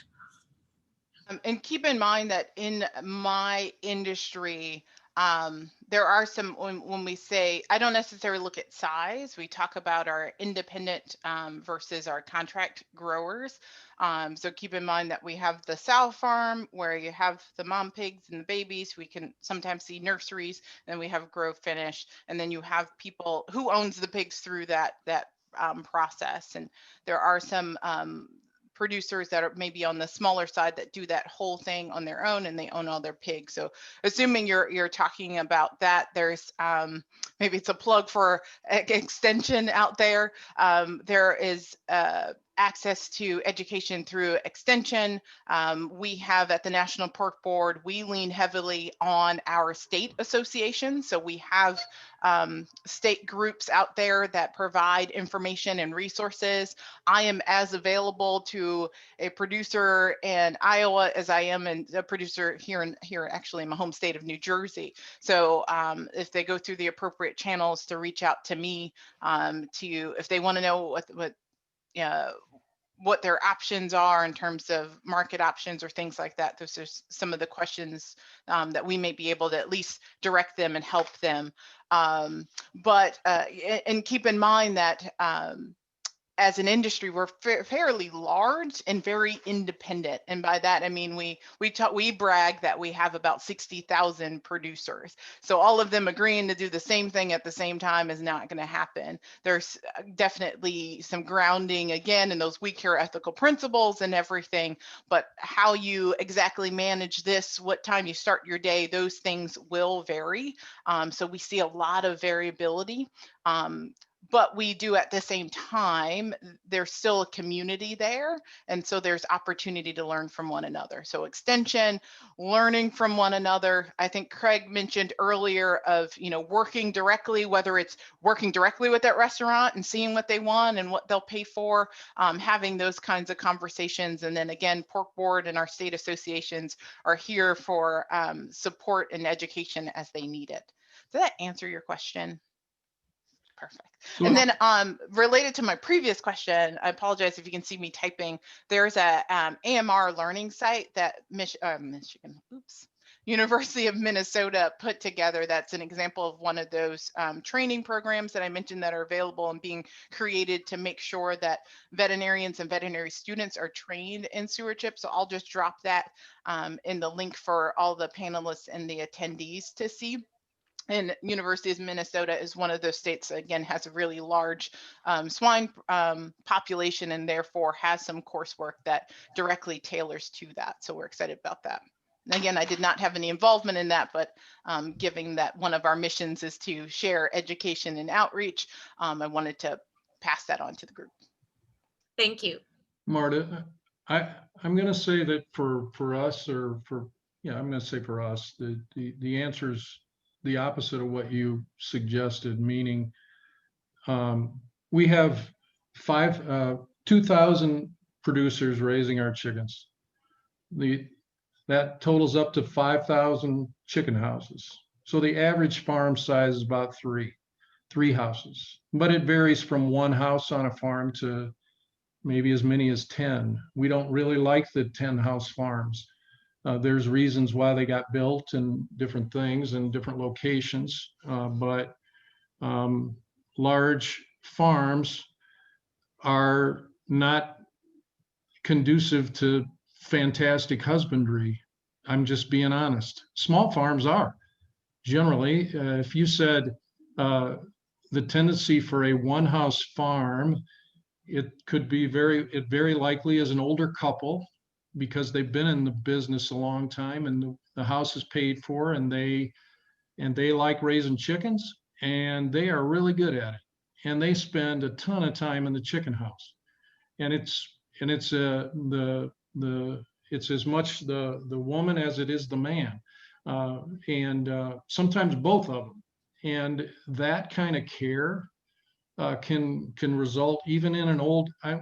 I say this all the time. It's the farm and the farmer, and both of them are super important. Not every farmer is a great chicken farmer. They're not kind of intuitive to chickens. They're not. They do it, but not necessarily kind of that's not their skill set as much. So they really got good equipment. They've spent a lot of money. They can be good. They can be pretty good. But in a really old chicken house with a fantastic farmer, one that's super experienced, wow, that's still really good. That's really good husbandry and really good performance and really good health. And they haven't treated a flock in 10 years, and they raise 5 a year. So we have a sense of houses now. I mentioned this going from farm medicine to house medicine. And if they're on they might be repeaters. They'll go on a repeater list. You have a 4-house farm, Marta's 4-house farm, and house 1 has been treated the last 2 consecutive flocks. The other 3 have not. Something's important about house 1, and it's time to go fix that. And it frequently can be found. So anyhow, this idea that each farm has a history, each farmer has a capability, and yes, of course, there is a component of investment and things associated with the farm, but it's not. I'll take a good farmer every day compared to the highest end technology. So that's a great point. And how much support do you provide to each individual farmer on, guidance for if they need it? You know what I mean? Visit once a week Mm-hmm. by animal husbandry kind of poultry science, let's say graduate, or some kind of, actually they come from all kinds of educations. So I shouldn't even name a curriculum, but their job is to visit. They have 20 farms in their route. So they, visit 3 a day and get to all of them every week, sometimes more in chicks, sometimes skip the 3-week visit because nothing's happening. At 3 weeks, a chicken flock is really calm. The action's at the beginning and the end. And so, paying attention to placement. So they visit once a week, fill out a visitation form, leave it for the farmer, point out a few things that could be changed for husbandry and whatnot, and anything that makes a certain list. So let's say elevated mortality for 3 consecutive days goes on a list for veterinary oversight, veterinary care, veterinary consultations, that kind of thing. That's the general structure. Thank you. That's really useful. Guy, you had a question before we run out of time. Yes, thank you. Great presentations, really helpful. We've really talked about the U.S. production, U.S. market, but as all of you recognize, most animals are produced, most food is consumed, and most antibiotics are used outside of the U.S. They're used internationally. And there's some really marked differences, especially when we look at low and middle income countries. Biocontainment is very, very different. Regulation is very different. Enforcement of regulation is very different. And related to the point that's been made about cost elasticities are very, very different. They're the small differences. Someone living on $1.25 per day, a couple pennies price difference does make quite a difference. So I think my question, and obviously one of the concerns is antibiotic resistance, whether it's strictly from an animal point of view or spreading into the human population, can spread globally. What lessons or recommendations do you have, other than all countries getting rich, so where cost elasticity doesn't matter anymore? What recommendations do you have for taking some best practices and making sure they are implemented more on a global basis?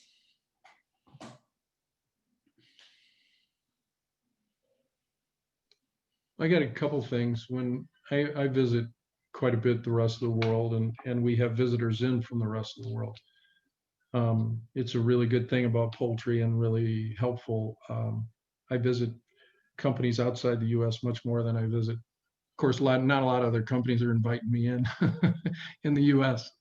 But one of the mistakes we've made I'm just going to say in poultry, but I would suggest it might be in other species as well, is and I think there's a lesson in COVID actually associated with density of populations. And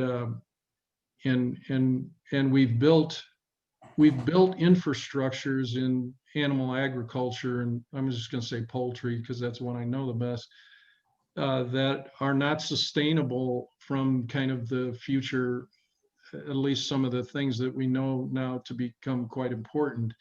Biosecurity is really, really important, but even the best biosecurity in a heavy, dense area is unsuccessful, at least as you can. You're not going to shower in, shower out in 5,000 chicken houses. It's not going to happen. That's not the answer. But we've built some structures around logistics about the cost of the typical chicken complex was built in a 40-mile radius. And that meaning that the hatchery and the feed mill and the processing plant were within 40 miles of the chicken farm. And in a day when you were the only company that stayed in that geography, that was perhaps something you could manage. But when 6 different companies come into that area and do the same thing, and they cross over those logistics, now there's no amount of biosecurity that is actually successful at the kind of thing like, so antibiotic use goes up, kind of just this density of animals. If I'm in the rest of the world, don't build those systems like that.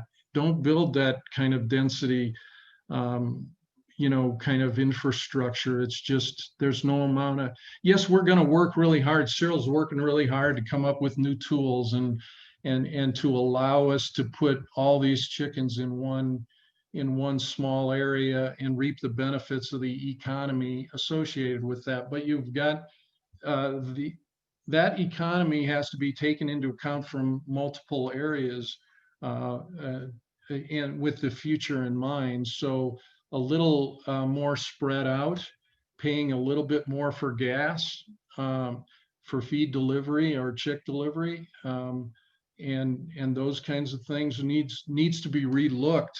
You need to relook at that with the new paradigm, with the new kind of thoughts, so if you can, try not to build an infrastructure that seems right, but perhaps longer term is maybe not the best thing to do. So and it's hard because what we say is there's 11 economic parameters associated with raising chickens. Every financial person in a chicken company uses these same 11 economic parameters.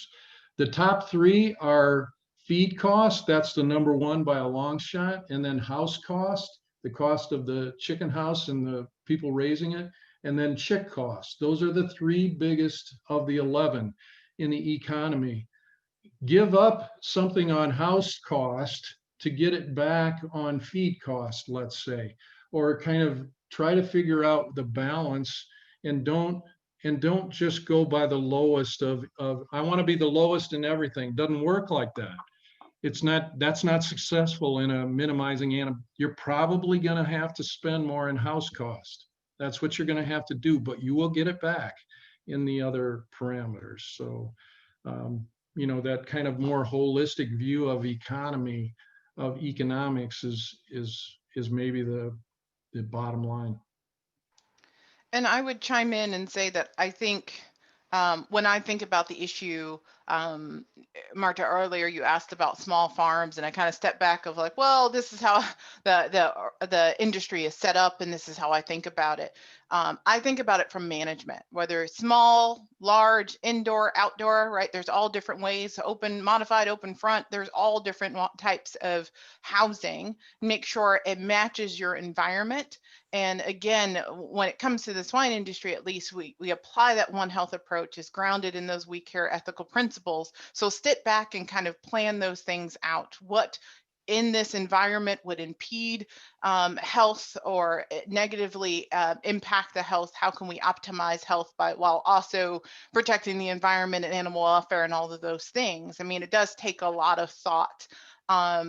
And I will say that the swine industry is a global industry. I'm a member of the American Association of Swine Veterinarians. And though American is in the name, there's individuals that are members there from other countries or have worked in other countries as well. So there's an opportunity to learn from one another as well. So maybe not a silver bullet, but it definitely to me comes back to management and some prior planning.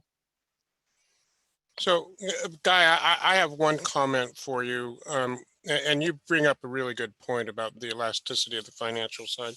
One of the things that's really important globally, and not a lot of attention has been paid to it lately, but there was in the beginning, and that's, we talk about judicious use, but also judicious use of medically important antibiotics. And when you look at how many antibiotics have been eliminated from that medically important category and just given to the veterinary side, and they're no longer used in humans, and that number of antibiotics, quite frankly, is going up.